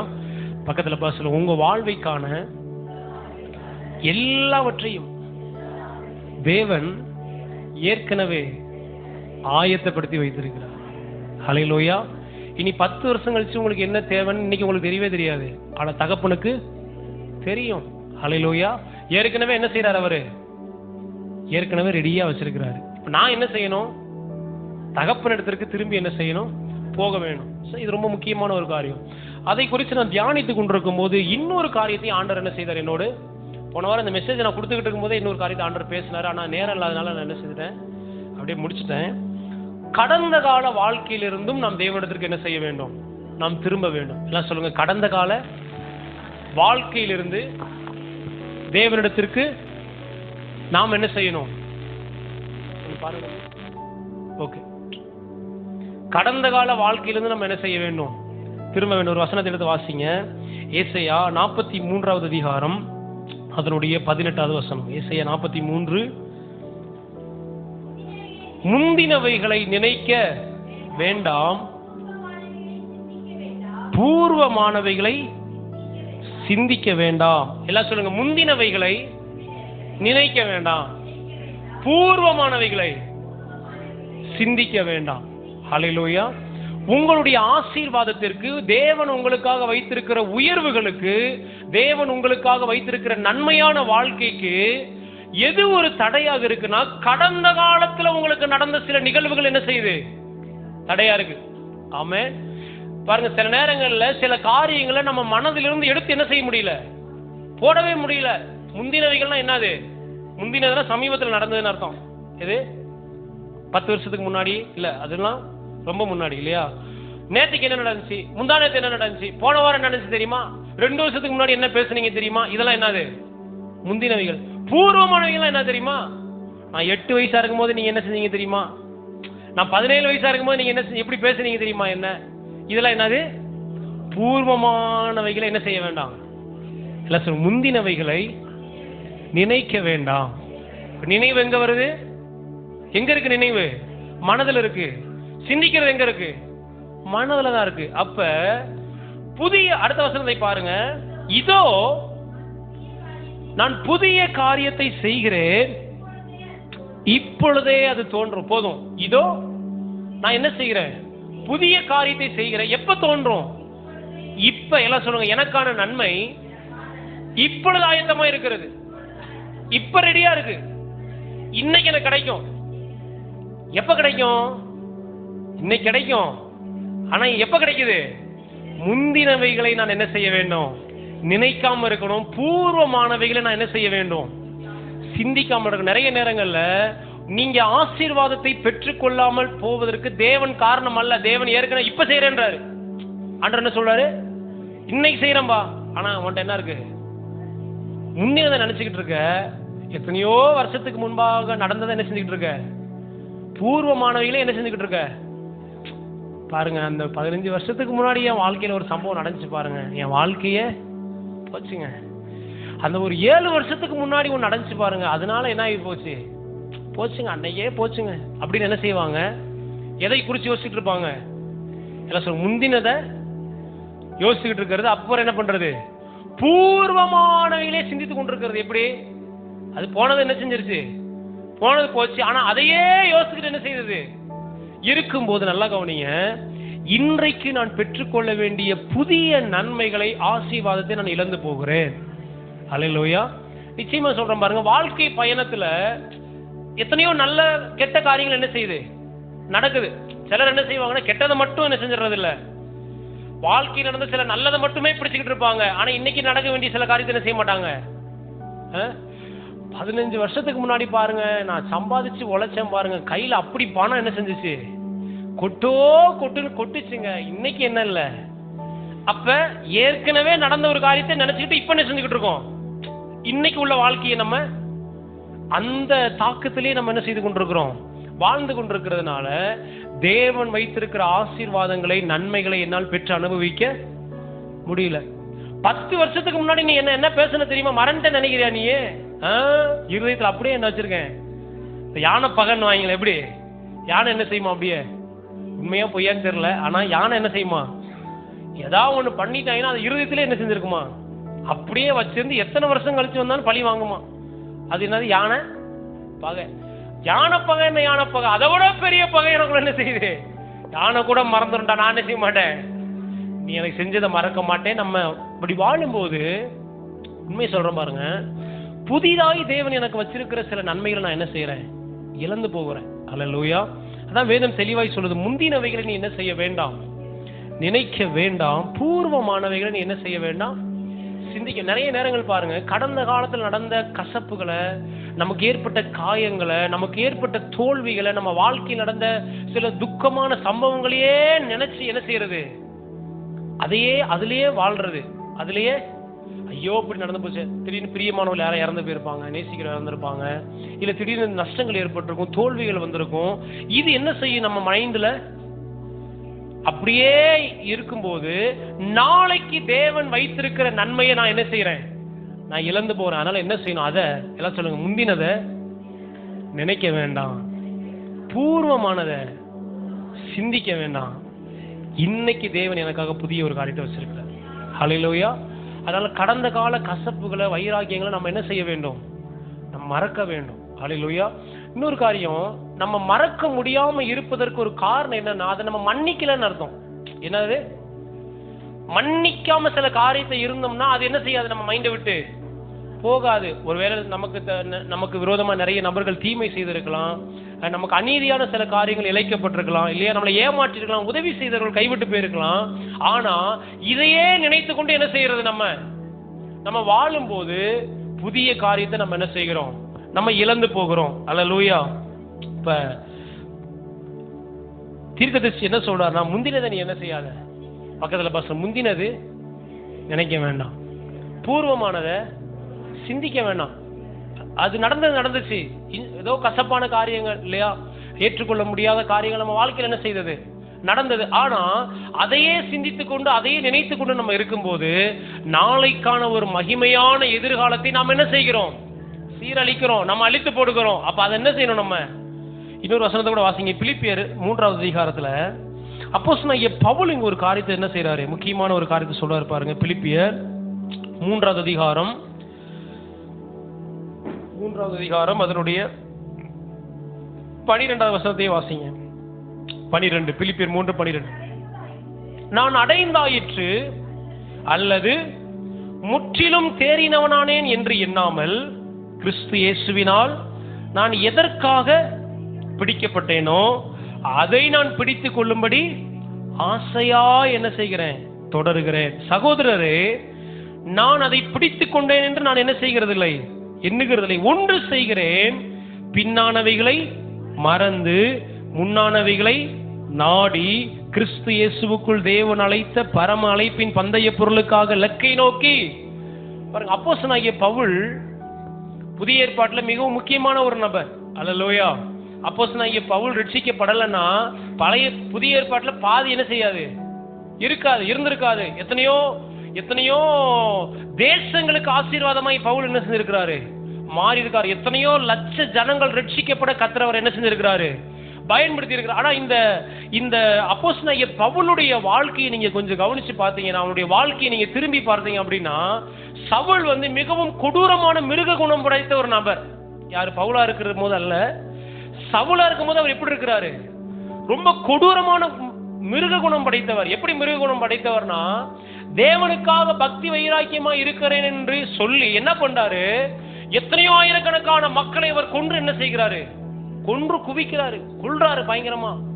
என்ன நினைச்சு செய்யறாரு, நான் ஆண்டவருக்காக தான் என்ன செய்கிறேன், நான் தேவனுக்காக செய்கிறேன் சொல்லி என்ன செய்யறாரு. எந்த ஒரு மனுஷனுமே நல்லா கவனிங்க, ஒரு ஆளை கொண்டுட்டான்னு வச்சுக்கோங்களேன், அவனுக்கு என்ன இருக்கும், கொஞ்சமாவது ஒரு மன வருத்தம் இருக்குமா இல்லையா, சே இப்படி என்ன செஞ்சுட்டேன், அப்புறாணியா ஒரு உயிரை நான் என்ன செஞ்சுட்டேன், கொன்னுட்டமே அப்படின்னு ஒரு என்ன செய்யும், ஒரு வருத்தம் ஒண்ணு இருக்கும். ஆனா இவனுக்கு பாருங்க, அந்த வருத்தமே இல்ல, சந்தோஷமா கொலை செய்கிறான். எவன் ஒருத்தர் சந்தோஷமா கொலை செய்ய முடியும்? யார் கொலை செய்ய முடியும்னா, அவர்கள் மனிதர்களே அல்ல, மிருக குணம் படைத்தவர்கள் தான் என்ன செய்வாங்க, கொல்லும் போது சந்தோஷமா கொல்லுவாங்க. அல்லேலூயா. அப்ப இந்த பவுல் பாருங்க, சவுலா இருக்கும்போது எத்தனையோ பரிசுத்தவான்களை என்ன செஞ்சிருக்கிறாரு, கொன்று குவிச்சிருக்கிறாரு, கொல்றாரு, கொன்னு என்ன செய்யறாரு, குவிச்சிருக்கிறாரு. அதுக்கப்புறம் ஆண்டவரை அவர் என்ன செய்யறாரு, சந்திக்கிறார். இயேசுவை சந்திச்ச உடனே அவருடைய வாழ்க்கையில் ஒரு பெரிய மாற்றம் உண்டாகுது. இப்ப இந்த மாற்றத்துக்கு அப்புறம் அவர் சொல்றாரு பாருங்க, என்ன சொல்றாருன்னா, என்னிடத்தில் ஒரு குற்றத்தை நான் என்ன செய்வதில்லை. எவனா சொல்ல முடியுமா? அவர் சொல்றாரு, பவுல் சொல்றாரு, ஏன்ட்ட ஒரு குற்றமுமே. எப்படி சொல்ல முடியும்? ஒரு சாதாரணமான நபரா இருந்தா அவன் என்ன சொல்லுவான், ஐயோ எத்தனை பேரை நான் என்ன செஞ்சிருக்கிறேன். நான் இயேசு கிறிஸ்து அவனை அழைக்கும் போது கூட அவன் என்ன சொல்லியிருப்பான், ஐயா இந்த ஊழியத்தை செய்வதற்கு எனக்கு எந்த தகுதியுமே இல்லை, ஏன்னா எத்தனையோ குற்றமற்ற ரத்தத்தை நான் என்ன செஞ்சிருக்கேன், நான் கொன்று குவிச்சிருக்கிறேன், இதுக்கு எனக்கு எந்த தகுதியுமே இல்லைன்னு அப்படிதான் அவர் என்ன செஞ்சிருக்கிறாரு, நினைச்சிருப்பார். ஆனா இந்த ஊழியத்துக்கு வந்ததுக்கு அப்புறம் அவர் சொல்றாரு, என்னிடத்தில் ஒரு குற்றத்தையும் நான் என்ன செய்வதில்லை, காண்பதில்லைன்னா என்ன செஞ்சிருக்கிறார்னா, அந்த 13 வசனம் பாருங்க, சகோதரனை நான் அதை பிடித்துக் கொண்டேன் என்று நான் எண்ணுகிறதில்லை, ஒன்று செய்கிறேன், பின்னானவைகளை நான் என்ன செய்கிறேன், மறந்து முன்னானவைகளை நாடுகிறேன். பவுலுடைய ஒரு வெற்றி ரகசியம் என்னன்னா, பின்னானவைகளை என்ன செய்யறாரு, மறக்கிறார். அல்லேலூயா. பின்னானவைகள்லாம் என்னது பாஸ்ட். எது கடந்த காலம்? எது கடந்த காலம்? இப்ப மணி சரியாக 11 மணின்னு வைங்க, எது பாஸ்ட்? 10:59 பாஸ்ட். அல்லேலூயா. அப்ப பவுல் என்ன சொல்றாருன்னா, பின்னானவைகளை நான் என்ன செய்கிறேன், நான் மறந்து முன்னானவைகளை என்ன செய்கிறேன். 10 மணிக்கு என்ன நடந்துச்சுன்றதை யோசிச்சுட்டே உட்காந்து அழுதுகிட்டு 11 மணிக்கு இப்ப வந்துட்டோம், நம்ம பிரசன்ட்ல இருக்கோம், இப்ப உட்காந்து என்ன செஞ்சுக்கிட்டு இருக்கோம், 10 மணிக்கு நடந்ததுக்காக, சே நேற்று இப்படி ஒரு சம்பவம் ஆகி போச்சு, இப்படி நடந்துருச்சு அப்படின்றத நினைச்சு நம்ம அழுதுகிட்டு, புரியுதா? 10 மணிக்கு நடந்ததை நினைச்சு எப்ப அழுகுறோம், 11 மணிக்கு அழுதுட்டு 12 மணிக்கு நமக்கு கிடைக்க வேண்டிய அற்புதங்களை நம்ம இழந்து போகிறோம். ஹல்லேலூயா. அப்ப நம்ம என்ன செய்யணும்னா, ஒரு காலத்துல தீமை நடந்தது, ஒரு காலத்துல அநீதி இழைக்கப்பட்டது, ஒரு காலத்துல கசப்பான அனுபவங்கள் நமக்கு என்ன செய்தது இருந்தது. மனிதர்கள் நம்மளை தவறா நடத்தி இருந்திருக்கலாம், இல்லையா தவறாய் பேசி இருந்திருக்கலாம், நஷ்டம் அடைந்திருக்கலாம், தோல்விகள் வந்திருக்கலாம், இழப்புகள் வந்திருக்கலாம். ஆனா இதை நினைத்து நம்ம என்ன செய்யக்கூடாது, முன்னானவைகளை நம்ம இழந்து போக கூடாது. பின்னானவைகளை நம்ம என்ன செய்ய வேண்டும், எல்லாம் சொல்லுங்க, பின்னானவைகளை மறங்க. ஹல்லேலூயா. 10 வருஷம் ஆனாலும் நீ சொன்னது தெரியுமா அப்படின்ட்டு என்ன செய்யக்கூடாது, இருக்கக்கூடாது. அதை நாம் மன்னித்து மறக்க வேண்டும். இல்லை சொல்லுங்க, மன்னித்து மறக்கும் போது நம்ம ஆசீர்வாதங்களை அனுபவிக்கிறோம். ஹல்லேலூயா. தேவன் எனக்காக வச்சிருக்கிறார் தான் சொல்றாரு, முன்னானவைகளை நான் என்ன செய்கிறேன், முன்னானவைகளை பின்னானவைகளை மறந்து எதை நாடுறேன் நானு. இதுவரைக்கும் நம்ம வாழ்க்கையில என்ன நடந்துச்சுன்னு பார்த்து நேரத்தை என்ன செய்ய, நிறைய வாலிப பிள்ளைகளை பார்த்துருக்கேன், கடந்த காலத்தில் நடந்த தோல்விகள், எக்ஸாம்ல ஏதாவது தோற்றுருப்பாங்க, ஒரு சப்ஜெக்ட் என்ன இருக்கும், அந்த ஒரு சப்ஜெக்ட்ல ஃபெயில் ஆனது அதையே நினைச்சு வாழ்க்கையை என்ன செஞ்சிருவாங்க, ஃபெயில் ஆகிடுவாங்க. அப்படி நம்ம என்ன செய்யக்கூடாது, அப்படி இருக்கக்கூடாது. எல்லாம் சொல்லுங்க, பின்னானவைகளை மறந்து முன்னானவைகளை நாடுங்க. ஹல்லேலூயா. கடந்த காலத்துல நடந்த காரியங்களை குறித்து என்ன செஞ்சுட்டு இருக்க கூடாது, யோசிச்சுக்கிட்டு அதுக்காக அழுதுகிட்டு இருக்கக்கூடாது. எனக்கு பிள்ளைகளை குறித்து பாருங்க, பிள்ளைகளை குறிச்சுமே வந்து ஐயோ இப்படி செஞ்சுட்டாங்களே, இப்படி செஞ்சுட்டாங்களே, இப்படி போயிட்டாங்களே அப்படின்ட்டு அதை நினைச்சு என்ன செஞ்சிருக்க கூடாது. அதை நினைச்சு கவலைப்பட்டுக்கிட்டு அதுக்கேற்ற மாதிரி ட்ரீட் பண்ணக்கூடாது அவங்கள. இப்ப நம்ம பிள்ளைகளை பற்றி இப்ப நம்ம என்ன நினைக்கிறோமோ இல்லையா, கடந்த காலத்துல ஒரு மனிதனே கூட இருக்கட்டும், இன்னைக்கு நீங்க ஒருத்தன் பேசுறீங்கன்னா எதன் அடிப்படையில் அவன்கிட்ட நீங்க பேசுவீங்க? நேற்றுக்கு உங்களை ஓங்கி தப்புன்னு அரைஞ்சிட்டாரு, உங்க வீட்டுல யாரும் அரைஞ்சு அடிச்சிட்டாங்க, இன்னைக்கு நீங்க எப்படி அவங்கள பாப்பீங்க? எப்படி பாப்பீங்க? நான் அடுத்த வாரம் உங்களுக்கு ஒரு பிரியாணி வாங்கி கொடுக்க போறேன், அதையே பாப்பீங்க? எதை பாப்பீங்க? என்ன இருந்தாலும் இந்த வழி என்ன செய்யல, ஒருவேளை கண்ணத்துல இருந்து போயிருக்கலாம், ஆனா மனசுல இருந்து என்ன செய்யல இல்ல. இது அந்த நபர் நாளைக்கு உங்களுக்கு செய்ய வேண்டிய ஒரு நன்மையை தடை செய்கிறது. ஹல்லேலூயா. தேவன் உங்களுக்காக வைத்திருக்கிற நன்மைகளை அது என்ன செய்கிறது? தடை செய்கிறது. என்ன சொல்லுங்க, பின்னானவைகளை என்ன பண்ணணும்? மறக்க வேண்டும். மறக்க வேண்டியது என்ன செய்யணும்? மறக்கணும். நினைக்க வேண்டியது என்ன செய்யணும்? நம்ம எப்படி என்ன செய்வோம்? நினைக்க வேண்டியதை மறந்து மறக்க வேண்டியதை நினைத்து கொண்டிருப்பதனால நன்மைகள் என்ன செய்ய முடியல. ரொம்ப முக்கியம். நான் வந்து சாதாரணமாக சொல்றேன், ஆனால் இதுல ரொம்ப முக்கியமான ஒரு காரியம் இது. நம்முடைய நன்மைகளுக்கு, நம்முடைய ஆசீர்வாதங்களுக்கு கடந்த காலத்தை நம்ம என்ன செய்யணும்?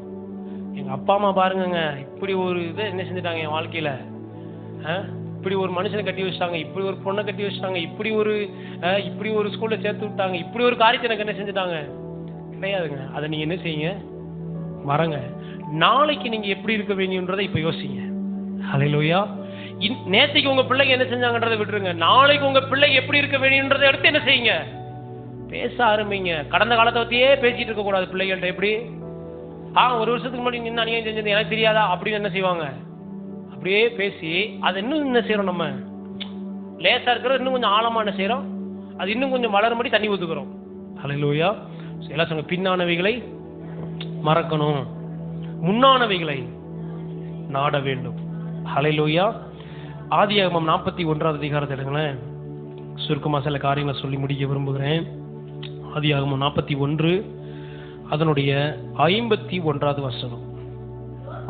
யோசேப்பு என் வருத்தம் யாவையும் என் தகப்பனுடைய குடும்பம் அனைத்தையும் நான் மறக்கும்படி தேவன் பண்ணினார் என்று சொல்லி மூத்தவனுக்கு மனாசே என்று பெயரிட்டான். நான் சிறுமைப்பட்டிருந்த தேசத்தில் தேவனை பழுகவும் பண்ணினார் என்று சொல்லி இளையவனுக்கு எப்ராஹிம் என்று பெயரிட்டான். அல்லேலூயா. யோசேப்புடைய வாழ்க்கையை நல்லா கவனிங்க. அவனுக்கு 17 வயதுல வாக்குத்தத்தத்தை கர்த்தர் என்ன செய்யறாரு? எப்படி கொடுத்தாரு? நீ ஒரு அதிகாரியாய் தேசத்தில் என்ன செய்வ இருப்ப, நீ உயர்ந்தவனா இருப்பேன்னு சொல்லி ஒரு வாக்குத்தத்தத்தை என்ன செய்யறாரு? கொடுக்கிறாரு. ஆனா அவனுடைய வாழ்க்கையில் நடந்த எல்லாமே அதற்கு எதிர்மறையா என்ன செய்யுது? சொந்த சகோதரர்கள்லாம் உன்னை வந்து பணிவாங்கன்னு சொன்னாரு. ஆனா சகோதரர்கள் என்ன செய்யறாங்க? அவனை குடியில தூக்கி போடுறாங்க, அவனை கொலை செய்ய முயற்சி பண்றாங்க. அப்ப அவன் வாக்குத்தத்தத்தை எப்படி யோசிச்சிருப்பான்? என்ன ஆண்டவரே, இவங்கெல்லாம் வந்து குனிவாங்கன்னு என்ன செஞ்சீங்க சொல்றீங்க, ஆனா இப்ப குழியில இறக்குறாங்களே ஆண்டவரே, சொல்லிருப்பானா மாட்டானா? நிச்சயமா சொல்லியிருப்பான். அந்நியர்களிடத்துல வித்து போடுறாங்க, தவறான ஒரு பழி சொல்லு அவன் என்ன செய்யறான்? பழி சொல்லுக்கு ஆளாகிறான் இல்லையா? செய்யாத தப்புக்கு தண்டனை ஏற்றுக்கொள்ளுகிற ஒரு அனுபவம் அவனுக்கு என்ன செய்கிறது? அவனுக்கு வருகிறது. இதெல்லாம் அவனுக்குள்ள எப்படி இருந்திருக்கும்? ஒரு காயமா? ஒவ்வொரு முறை அவன் சிறைச்சாலையில என்ன எப்படி வீட்டுல இருக்கிற மாதிரியா இருக்க முடியும்? என்னதான் அதிகாரியா இருந்தா கூட எங்க இருக்கிறாங்க? சிறைச்சாலையில இருக்கான். ஒவ்வொரு முறையும் அவன் யோசிக்கும் போதும், எங்க அண்ணன் இப்படி பண்ணிட்டானுங்களே, என் கூட பிறந்தவங்க, என் தகப்பன் கூட எப்படி இருந்தேன், நானு உயர்ந்த வஸ்திரத்தை செஞ்சிருந்தேன், ராஜ வஸ்திரம் போட்டு எங்க அப்பா கூட எவ்வளவு சந்தோஷமா இருந்தேன், தகப்பனுக்கு பிரியமான பிள்ளை அவன். ஆமென். ஆனா அவன் வாழ்க்கையில எல்லாம் எப்படி நடக்குது? எல்லாம் எதிர்மறையாய் நடக்குது, அநீதியாய் நடக்குது இல்லையா? அவன் எதிர்பார்த்ததுக்கு ஆப்போசிட்டா என்ன செய்யுது? நடக்குது. அப்ப அவன் என்ன பண்றான் பாருங்க. அந்நிய தேசத்துல போய் இருக்கும்போது அவனுக்கு திருமணம் ஆகிறது, குழந்தை என்ன செய்யுது? பிறக்கிறது. மூத்த பையனுக்கு என்ன பேர் வைக்கிறான்? மனாசேன்னு பேர் வைக்கிறான். மனாசேனா என்ன அர்த்தம்? என் வாழ்க்கையில் நடந்த எல்லா அநீதியையும் தீமையும் தேவன் எனக்கு மறக்க பண்ணினார். அதான் மனாசே. சொல்லுங்க, மனாசேனா என்னது? தேவன் என் வாழ்க்கையில் நடந்த எல்லா எதிர்மறையான காரியத்தை என்ன செஞ்சிட்டாரு? நான் மறக்கும்படி பண்ணினார் என்று சொல்லி மூத்தவனுக்கு என்ன செஞ்சான்? இவன் மூத்தவனுக்கு மனாசையின் அனுபவம் எனக்குள்ள இருந்ததுனால இவன் வாழ்க்கையில் எப்ராஹிம் வந்தது. எல்லாம் சொல்லுங்க, மனாசை இல்லாம எப்ராஹிம் வராது. எப்ராஹிம்னா என்ன அர்த்தம்? தேவன் என்னை நான் சிறுமைப்பட்டிருந்த தேசத்தில் என்னை பழுக பண்ணினார். பெருக்கும் ஆசீர்வாதம், நன்மை, உயர்வு இதெல்லாம் எப்ப கிடைக்குது? மனாசே வந்ததுக்கு அப்புறம் தான் எப்ராஹிம் வருகிறது. அல்லேலூயா. பக்கத்துல பார்த்து சொல்லுங்க, எப்ராஹிம் வரணும்னா, எப்ராஹிமை நீங்க அனுபவிக்கணும்னா உங்க வாழ்க்கையில மனாசையின் அனுபவம் நிச்சயமாக வர வேண்டும். அல்லேலூயா. நிறைய பேர் ஆசீர்வாதங்களுக்காக காத்திருக்கிறாங்க, உயர்வுக்காக காத்திருக்கிறாங்க, நன்மைக்காக காத்திருக்கிறாங்க. எப்ப ஆண்டவரே நான் எதிர்பார்த்த அந்த மேன்மை எனக்கு வரும், எப்ப நான் எதிர்பார்க்கிற அந்த பெருக்கம் எனக்கு வரும், எப்ப நான் எல்லாரும் சந்தோஷமாய் வாழ்வேன், எப்ப? ஒண்ணு, ஆமென், அநீதிகளை, என் வாழ்க்கையில் நடந்த கசப்பான அனுபவங்களை, என் வாழ்க்கையில் ஏற்பட்ட தோல்விகளை நான் என்ன செய்ய வேண்டும்? நான் மறக்க வேண்டும். எல்லாம் சொல்லுங்க, மனாசே வரணும் வாழ்க்கையில.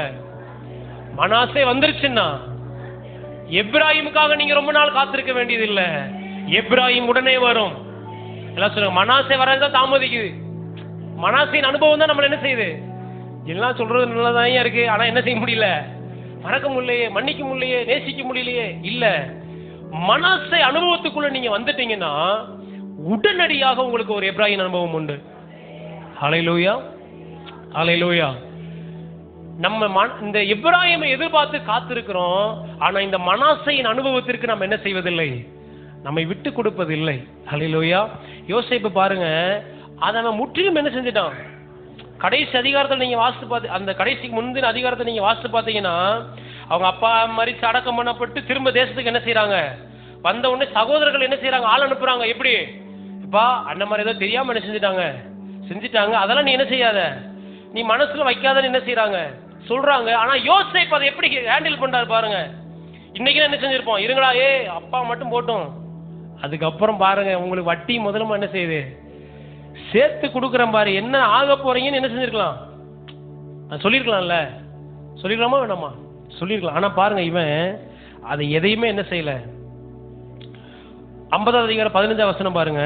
தங்கள் தகப்பன் மரணம் அடைந்ததை யோசேப்பின் சகோதரர் கண்டு, ஒருவேளை யோசேப்பு நம்மை பகைத்து நாம் அவனுக்கு செய்த எல்லா பொல்லாங்குக்கும் நமக்கு சரிக்கு சரி கட்டுவான் என்று சொல்லி யோசேப்பிடத்தில் ஆள் அனுப்பி, உம்முடைய சகோதரனுக்கு பொல்லாங்கு செய்திருந்தாலும் அவர்கள் செய்த துரோகத்தையும் பாதகத்தையும் நீ தயவு செய்து மன்னிக்க வேண்டும் என்று உம்முடைய தகப்பனார் மரணம் அடையும் உமக்கு சொல்லும்படி கட்டளையிட்டார். எப்படி சொல்லி அனுப்புறாங்க பாருங்க. அப்பா சொல்லவே இல்லை, அப்பாவுக்கு சம்பவமே தெரியாது. ஆனா யார் சொல்றாங்க? அண்ணன்மாரெல்லாம் சேர்ந்து ஆள் ரெடி பண்ணி உங்க அப்பா இதை என்ன செய்ய சொன்னாரு, என்ன செய்யறாங்க சொல்றாங்க. அப்புறம் அவங்க வந்து சொல்றா பாருங்க, பின்பு அவனுடைய சகோதரரும் போய் அவனுக்கு முன்பாக தாழ விழுந்து, இதோ நாங்கள் உமக்கு அடிமைகள் என்றார்கள். யோசேப்பு அவர் நோக்கி, பயப்படாதிருங்கள், நான் தேவனா. எப்படி சொல்றான் பாருங்க, பயப்படாதீங்க, நான் தேவனா. நீங்கள் எனக்கு தீமை செய்தீர்கள், தேவனோ இப்பொழுது நடந்து வருகிறபடியே வெகு ஜனங்களை உயிரோட காக்கும்படி அதை நன்மையாக. இதுதாங்க மன்னிச்சு மறக்கிறவனுக்குள்ள ஒரு அடையாளம். அல்லேலூயா. அதனால் பயப்படாதீர்கள், நான் உங்களையும் உங்கள் குழந்தைகளையும் பராமரிப்பேன் என்று அவர்களுக்கு ஆறுதல் சொல்லி அவர்களுடைய பட்சமாய் பேசினான். எப்படி? மனாசேயின் அனுபவம் எப்படி இருக்கு பாருங்க. எப்படி பேசும்? அது பட்சமா பேசும். பரவாயில்ல, ஏதோ நீங்க செஞ்சிட்டீங்க, விடுங்க, ஏதோ நன்மைக்காக தான் நடந்திருக்கும், விடுங்க. நீங்க இப்படி ஒரு வேலை செய்யலன்னா நான் இந்த அளவுக்கு என்ன செஞ்சிருப்பேனா, வந்திருப்பேனா, ஏதோ ஒரு நன்மைக்கு தாங்க, ஏதோ ஒரு நன்மைக்கு தாங்க அப்படின்னு சொல்லி என்ன பண்றான்? இந்த யோசேப்பு சகோதரோடு என்ன செய்யறான்? கோபமாய் பேசினானா, பட்சமாய் பேசினானா, ஆறுதலாய் பேசினா? ஆக்சுவலி யார் ஆறுதல் சொல்லியிருக்கணும்? சகோதரர்கள் தான். தம்பி மன்னிச்சிருப்பா, நாங்க செஞ்சது தப்புதாமான்னு யார் ஆறுதல் சொல்லியிருக்கணும்? அண்ணன் எல்லாம் சேர்ந்து தம்பிட்டு ஆறுதல் சொல்லியிருக்கணும். ஆனா தம்பி என்ன பண்றாரு? கவலைப்படாதீங்கண்ணே, நீங்க எல்லாம் ஏதாவது தெரியாம செஞ்சுட்டீங்கண்ணே, ஆனா தேவன் என்ன செஞ்சுட்டாருண்ணே. இதுதாங்க மனாசேயின் அனுபவம். ஹல்லேலூயா. ஆமாம், இந்த இருதயம் அவனுக்குள்ள என்ன செய்யுது? வந்தது. அதனால அவனை கர்த்தர் என்ன செஞ்சாரு? திரளாய் பெருக பண்ணுகிறார். ஹல்லேலூயா. உங்களுடைய வாழ்க்கையிலும் சொல்லுகிறேன், கசப்பு காயங்கள் வேதனைகள் இல்லாத மனுஷனே இல்ல. நம்ம கடந்து வந்த பாதையில இல்லையா, எத்தனையோ மேடு பள்ளங்கள். ஒரு வாகனத்துல போறோம், எல்லாம் ஹைவேவா இருக்கு. எப்படி இருக்கு? என்ன இருக்கு அதுல? வாழ்க்கை என்னும் ஃபாதர் பாடுறாரு, ஓட்டைய பந்தயம் நீ ஓடுகிறாய், ஒழுங்கின்படி ஓடும் மகனே. அடுத்து என்ன சொல்றாரு? வாழ்க்கை என்பது என்னது? போராட்டம். ஆனா வெற்றி தரும் போராட்டம். என்ன போராட்டம்? சில சொல்லுவோம் வாழ்க்கைனா ஒரு அப்படி இல்ல, வாழ்க்கை என்பது ஒரு ஃபைட்டிங் தான், இல்ல ஒரு போராட்டம் தான். இல்ல எல்லாமே நமக்கு சுமூகமா நடந்துச்சா? இல்ல. எல்லாமே நமக்கு சாதகமா இருந்துச்சா? இல்ல. இட்ஸ் ஒரு பேட்டில் மணி, ஒரு போராட்ட மணி. ஆனா அதுல என்ன வரும்? வெற்றி இருக்கு. அது என்ன இருக்கு? மேடு பள்ளம் எல்லாம் என்ன செய்யுது இருக்கு. இதெல்லாம் பார்த்துட்டு என்ன செய்யக்கூடாது? பள்ளத்திலே உட்காந்துடக்கூடாது. எப்படி? ஐயோ வண்டி குழியில இறங்கிருச்சுங்கன்ட்டு உட்காந்து அப்படியே என்ன செய்ய வேண்டியதான். நீங்க வாகனத்துல போறீங்க, வாகனத்துல ரோட்ல இருந்து லேசா வண்டி ஸ்லிப்பாகி என்ன செஞ்சிருச்சு, குழியில லைட்டா போயிடுச்சுன்னு வைங்க ஒரு வீலு. நம்ம உட்காந்துட்டு ஓன்னு அழுதுட்டு இருக்கோம். எப்படி? போச்சு ஒரு வீடு குழியில போச்சு, அவ்வளவுதான் முடிஞ்சு அப்படின்னு என்ன ஆயிரும்?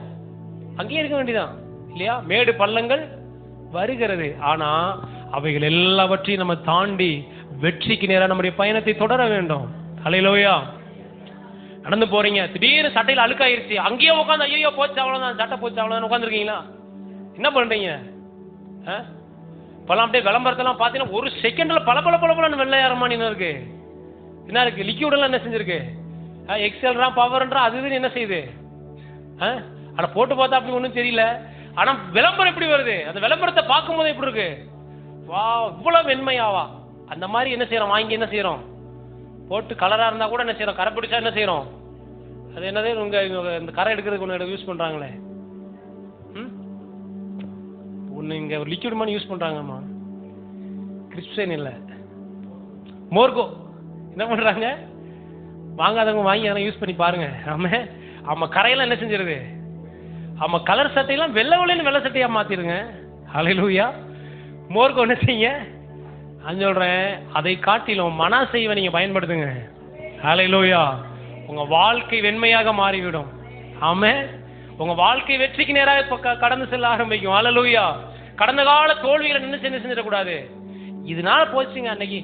ஹல்லேலூயா. சிலருடைய வாழ்க்கையை நான் பார்த்துருக்கேன். ஒரு இடையில ஒருத்தவங்களை நான் சந்திச்சேன் பாருங்க. அவங்க குடும்பத்தில் அண்ணன் இறந்துட்டாரு. அண்ணன் இறந்து போயிட்டார். அவர் தான் அந்த குடும்பத்தை பராமரிச்சார். இறந்து போயிட்டாரு. ஆனா அண்ணன் இறந்துட்டாரே அப்படின்னு சொல்ற அந்த அந்த வருத்தத்திலே என்ன பண்ணிட்டாங்க, தங்கச்சி வாழ்க்கையே என்ன செஞ்சுட்டாங்க, அண்ணன் அப்படி மெண்டல் மணி ஆயிட்டாங்க. வாழ்க்கை என்ன ஆயிடுச்சு? போயிடுச்சு. அப்ப வாழ்க்கையில பல கசப்பான அனுபவங்கள், வேதனையான அனுபவங்கள் நமக்கு என்னதான் செய்யுது? வருகிறது. வேதனைகள் வருது, போராட்டங்கள். ஆனா சொல்றேன், ஒருவேளை நம்ம சுற்றில இருக்கிறவர்கள் மறித்து போகலாம். ஆமென். ஒருவேளை நம்ம சூழ்நிலை மறித்து போகலாம். ஆனா சாகாத ஒரு தேவன் நம்ம கூட இருக்கிறாருங்க. ஹல்லேலூயா. ஹல்லேலூயா. நிறைய நேரங்கள்ல சிலருடைய வாழ்க்கையை பார்க்கும்போது போச்சிங்க அவ்வளவுதான், அவங்க போயிட்டாங்க, அப்பா இல்லை எனக்கு, எனக்கு அம்மா இல்லை, எனக்கு அண்ணன் இல்லை, தம்பி இல்லை, அது இல்லை இது இல்லைன்னு சொல்லி தங்களுக்கென்று தேவன் வைத்திருக்கிற திட்டத்தை இழந்து போன எத்தனையோ பேர் இருக்கிறாங்க. ஆனா அதுக்கு மத்தியில இதெல்லாம் என் வாழ்க்கையில இல்லைன்னா என்னங்க, சாகாத ஒரு தேவன் என் கூட இருக்கிறாருங்க, நிச்சயமாய் கர்த்தர் எனக்கு ஒரு அற்புதம் செய்வார்னு வாழ்ந்து காமிச்ச எத்தனையோ பேர் இருக்கிறாங்க. ஹல்லேலூயா. ஒரு நாளும் கடந்த கால தோல்விகள், அனுபவங்கள் நம்முடைய வெற்றிக்கு ஒரு தடையா இருப்பதற்கு நம்ம அனுமதிக்க கூடாது. ஆமென். இன்னொரு வசனத்தை கூட வாசிங்க. யோசுவா 1ஆம் அதிகாரத்தை வாசிங்க. யோசுவா 1. சீக்கிரமா எடுங்க. நிறைய வசனங்கள் இருக்கு, சொல்வதற்கு நேரம் இல்ல. யோசுவா 1ஆம் அதிகாரம் 2ஆம் வசனத்தை வாசிங்க. 1-2.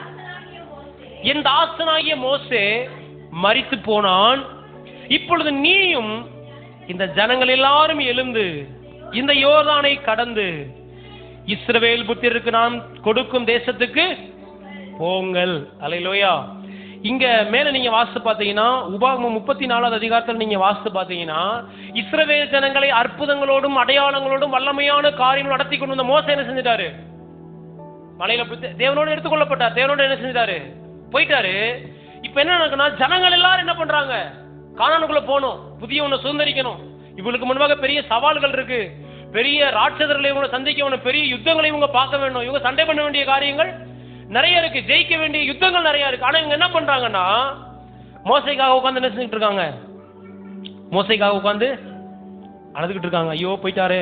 8ஆம் வசனம் பாருங்க. 34:8. இஸ்ரவேல் புத்திரர் மோவாபின் சமனான வெளிகளில் மோசைக்காக 30 நாள் அழுது கொண்டிருந்தார்கள். மோசைக்காக அழுது துக்கம் கொண்டாடின நாட்கள் துக்கம் கொண்டாடி முடிச்சிட்டாங்க. அவரு அழுது துக்கம் கொண்டாடி முடிச்சிட்டாங்க. ஆனாலும் பல நாட்கள் என்ன பண்றாங்க? அப்படியே இன்னும் என்ன செய்ய போறோமோ தெரியல.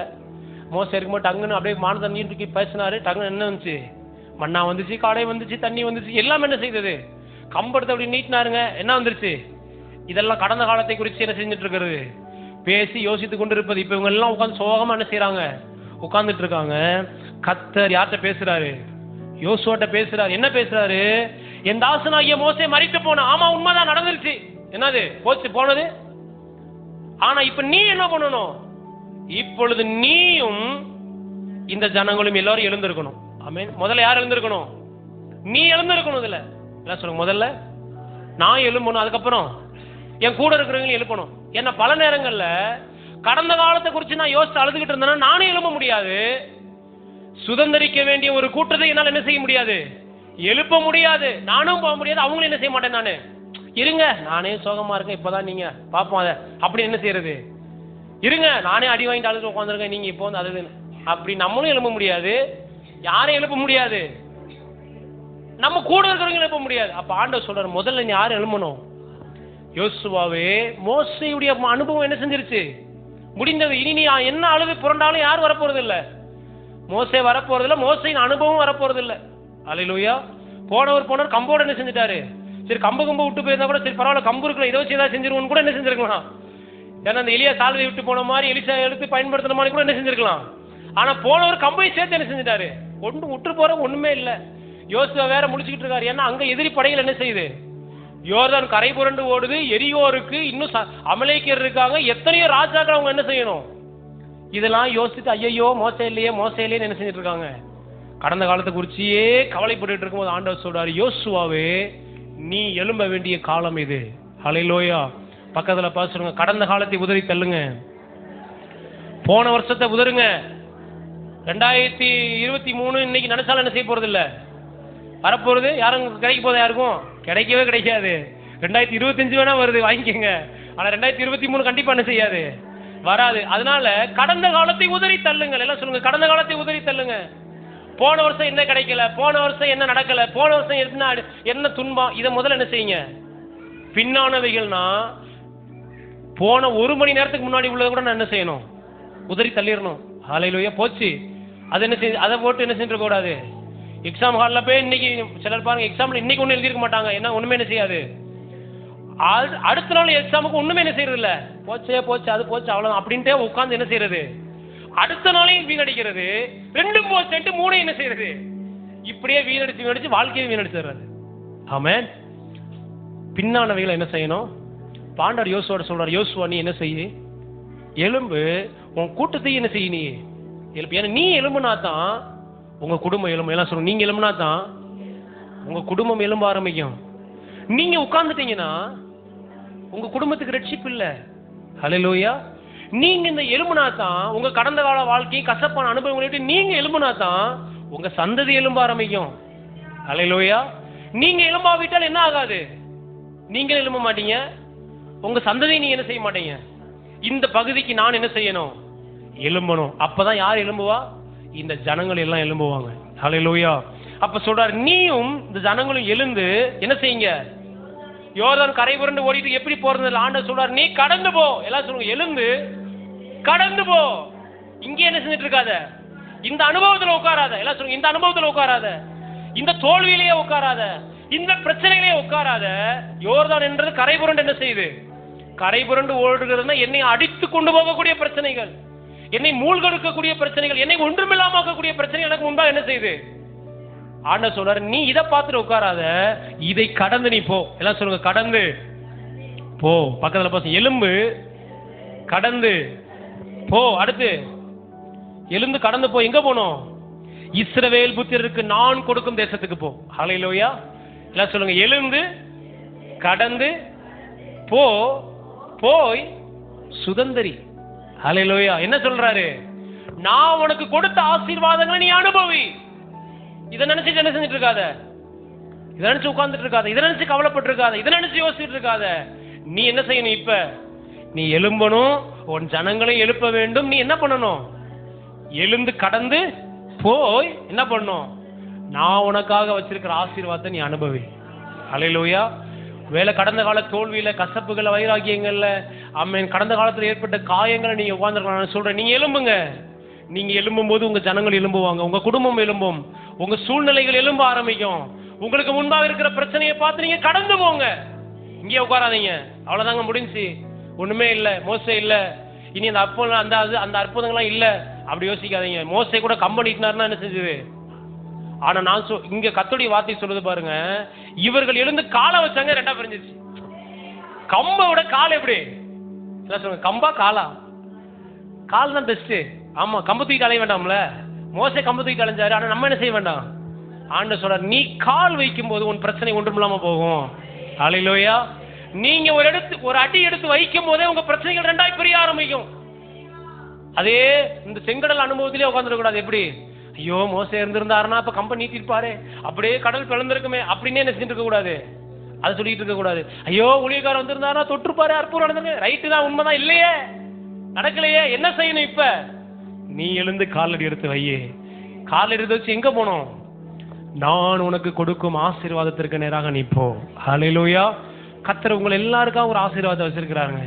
எது தடையா இருக்குன்னா, கடந்த காலத்துல நடந்த தோல்விகளை குறிச்சு என்ன செஞ்சுட்டு இருக்கோம்? இப்ப நம்ம யோர்தான் பக்கத்துல உட்காந்துக்கிட்டு இருக்கோம். எங்க? யோர்தான் பக்கத்துலயே. ஐயோ இந்த யோர்தான், முன்னாடி யோர்தான் இருக்கு, பின்னாடி அவர் இல்ல, மோசே இல்லைன்னு சொல்லி என்ன செஞ்சுட்டு இருக்கோம்? கடந்த காலத்தை யோசிச்சுட்டு இருக்கோம். நான் சொல்லுகிறேன், கடந்த காலத்தை உதறி தள்ளுங்க. ஹல்லேலூயா, ஹல்லேலூயா. கடந்த காலத்தில் ஏற்பட்ட கசப்புகளை உதறி தள்ளுங்க. உங்களுக்கான ஒரு மகிமையுள்ள எதிர்காலத்தை கர்த்தர் வைத்திருக்கிறார். ஹல்லேலூயா. நான் இடையில இந்த ஜாய்ஸ் மேயருடைய புக்ஸ் அதிகமாக நான் முன்னாடி வாசிருக்கேன் பாருங்க. அவருடைய சாட்சியை நீங்க கேட்டீங்கன்னா அப்படியே உடஞ்சு போயிருவீங்க. சாட்சி உடஞ்சு போயிருவீங்க. என்னன்னா, நீங்க போய் இந்த யூடியூப்ல போய் நீங்க தயவுசெய்து நீங்க இதெல்லாம் பார்க்கணும். அவங்களுடைய புத்தகம்லாம் நீங்க வாசித்து பாருங்க. ரொம்ப உடைங்கப்பட்ட ஒரு வாழ்க்கையிலிருந்து வெற்றிகரமான ஒரு வாழ்க்கைக்கு நேரம் அவங்க என்ன செய்யறாங்க? பயணம் பண்றாங்க. சிறு வயதுல இருந்து பாருங்க. அவங்க அப்பா ஒரு ஒரு ஒரு ஒரு டெஸ்டிமில அவங்க ஷேர் பண்ணுவாங்க. சிறு வயதுல அவங்க அப்பா ஒரு மிலிட்டரி மேனு, ரொம்ப கொடூரமான ஒரு மனுஷன். ரொம்ப போதை பழக்கம், குடி பழக்கம், இப்படி கரடு முடனா அவர் என்ன செஞ்சிருக்கிறாரு இருந்து. அக்கா தங்கச்சி 2 பேர், அண்ணன் தம்பி, ஒரு தம்பி இருக்கிறாங்க. இவங்க அக்கா ஜாய்ஸ் மேயரு. இந்த தகப்பனாருடைய அந்த மோசமான நடக்கையினால இந்த ஜாய்ஸ் மேயருடைய இந்த சகோதரன் என்ன செய்யப்பட்டார்னா, மிகவும் மோசமான ஒரு நபரை என்ன செஞ்சிட்டாரு, ரொம்ப மோசம் கொடூரமானவரா மாறிட்டாரு. இதனால இந்த ஜாய்ஸ் மேயரும் பயங்கரமா என்ன செய்யப்பட்டிருக்காங்க, பாதிக்கப்பட்டிருக்காங்க. எந்த அளவுக்கு பாதிக்கப்பட்டிருக்காங்கன்னா, ரொம்ப கொடூரமான செய்தியில தன்னுடைய சொந்த தகப்பனால பல முறை அவர்கள் கற்பழிக்கப்பட்டிருக்கிறாங்க. சொந்த தகப்பனால அவங்க சொல்றாங்க, கிட்டத்தட்ட 200 முறைக்கு மேல என் சொந்த தகப்பனார நான் தவறா என்ன செய்யப்பட்டிருக்கேன், நான் தவறான வழியில் நடத்தப்பட்டிருக்கேன். அங்கங்க கூட்டு போய் பார்ட்டிக்கு அங்க எங்கேயாவது கூட்டு போய் மோசமா அவங்கள்ட்ட என்ன செய்வாராம், அவங்கள்ட்ட பரிமாறுவாராம், மோசமா இவரோட நடப்பாராம். இதனால வாழ்க்கை அவங்களுக்கு என்ன செஞ்சிருச்சு, வாழ்க்கை சிதைந்து அவங்களுக்கு எதிர்காலமே இல்லைன்ற அளவுக்கு உங்க வாழ்க்கை என்ன செஞ்சிருச்சு, ஒன்றுமே இல்லாத ஒரு சூழ்நிலைக்கு போயிடுச்சு. என் வாழ்க்கை முடிஞ்சது. கொஞ்சம் யோசிச்சு பாருங்களேன்.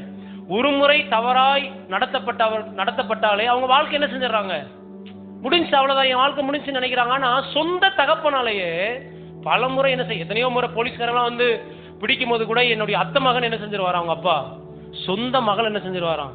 அப்ப எந்த அளவுக்கு அவங்களுடைய இருதயம் காயப்பட்டு என்ன செஞ்சிருக்கும், வேதனைப்பட்டிருக்கும் இல்லையா. ரொம்ப வேதனையான ஒரு அனுபவம். அவருடைய புத்தகத்துல நிறைய நேரம் அதை சொல்லியிருப்பாங்க. நான் என் வாழ்க்கையில படாத கஷ்டமே இல்ல. அவங்க வந்து சில நேரங்களில் நம்ம செத்து போயிடலாம், எதுக்கு நம்ம வாழணும் அப்படின்னு இவங்களுக்குள்ள என்ன செய்யுமா, என்ன ஓடிக்கொண்டே இருக்குமா.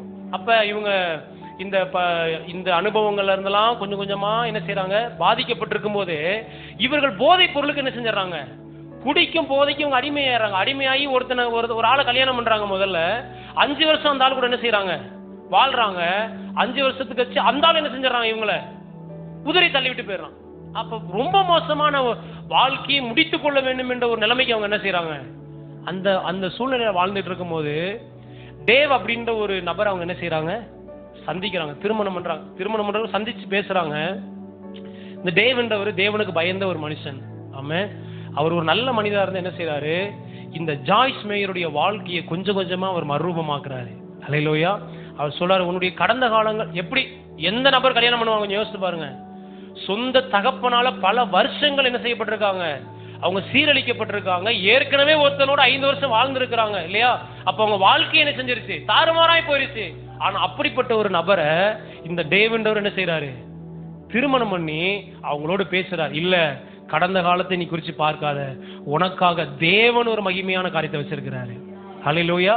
உன்னுடைய கடந்த காலம் இந்த கசப்பான அனுபவம், நீ அநேகருக்கு கசப்புல இருக்கிற வைராக்கியத்துல இந்த மாதிரி சீரழிக்கப்பட்ட அநேகருக்கு நீ ஒரு தாயாக வர முடியும். நீ அதனால நீ என்ன செய்யாத, நீ உன் வாழ்க்கையை விட்டு கொடுக்காதன்னு சொல்லி இந்த பேசி இந்த அம்மாவே அவர் என்ன செய்யறாரு, திருமணம் பண்ணி அவங்கள ஒரு நல்ல மனுஷி அவங்க என்ன செய்யறாரு, போதை பழக்கத்திலிருந்து குடியிலிருந்து அவங்களை விடுதலை ஆக்கி அவங்கள ஒரு நல்வழிக்கு நேரம் என்ன செய்யறாரு, ஆண்டவருக்குள்ள ரட்சிப்புக்குள்ள நடத்தி ரட்சிக்கப்பட்டு கர்த்தர் என்ன செய்யறாங்க, பிடித்துக்கூட. நான் இன்னைக்கு சொல்றேன் பாருங்க, ஜாய்ஸ் மேயரால் ஆசீர்வதிக்கப்பட்ட பல கோடி பேர் தேசங்கள்ல இருக்கிறாங்க.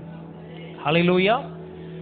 இன்னைக்கு ரொம்ப பெரிய பெரிய ஒரு வாழ்க்கை வாழ்றாங்க அவங்க. அந்த அதாவது அமெரிக்காவிலேயே அதிகமாய் விற்பனை செய்கிற புத்தகத்துல இவங்களுடைய புத்தகம், இவங்க ஒரு ஆளு. இவங்க என்ன புத்தகம் எழுதினாலும் என்ன ஆகும், எத்தனையோ மொழிகள். இன்னைக்கு தமிழ்ல எவ்வளவு புக்கு இருக்கு, அவங்க புக்கு பயங்கரமா நிறைய புத்தகங்கள் எழுதியிருக்கிறாங்க.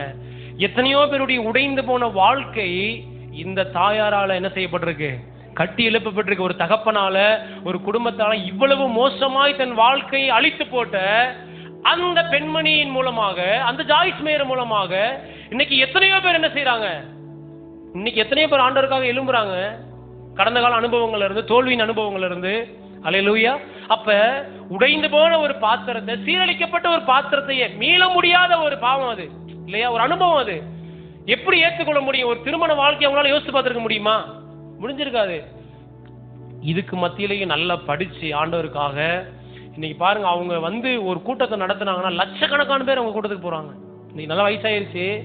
ஆனால் ஜாய்ஸ் மேயருடைய பிரசங்கங்களை நீங்க எடுத்து பாருங்களேன், உடைக்கப்பட்டவங்களுடைய வாழ்க்கை கூட அற்புதமாய் கட்டப்படும். ஒரு உடைந்து போன பாத்திரத்தை ஆண்டவர் எடுத்து பயன்படுத்துறாரு. நிறைய ஊழியக்காரங்களுடைய வாழ்க்கையை நான் சொல்ல முடியும், நிறைய பேருடைய வாழ்க்கையை சொல்ல முடியும். ஆமா, ஏன்னா அவங்க கடந்த கால தோல்வியிலேயே உட்கார்ந்துருந்தாங்கன்னா என்ன இருக்கும், ஏங்க நானே ஒரு சீரழிக்கப்பட்ட ஒரு ஆளுங்க, நானே உடைந்து போன ஒரு பாத்திரம் சொல்லி உட்கார்ந்து இருந்தாங்கன்னா இன்னைக்கு அவர்கள் மூலம் கோடிக்கணக்கான பேர் என்ன செஞ்சிருக்க மாட்டாங்க, விடுவிக்கப்பட்டிருக்க மாட்டாங்க. ஹல்லேலூயா.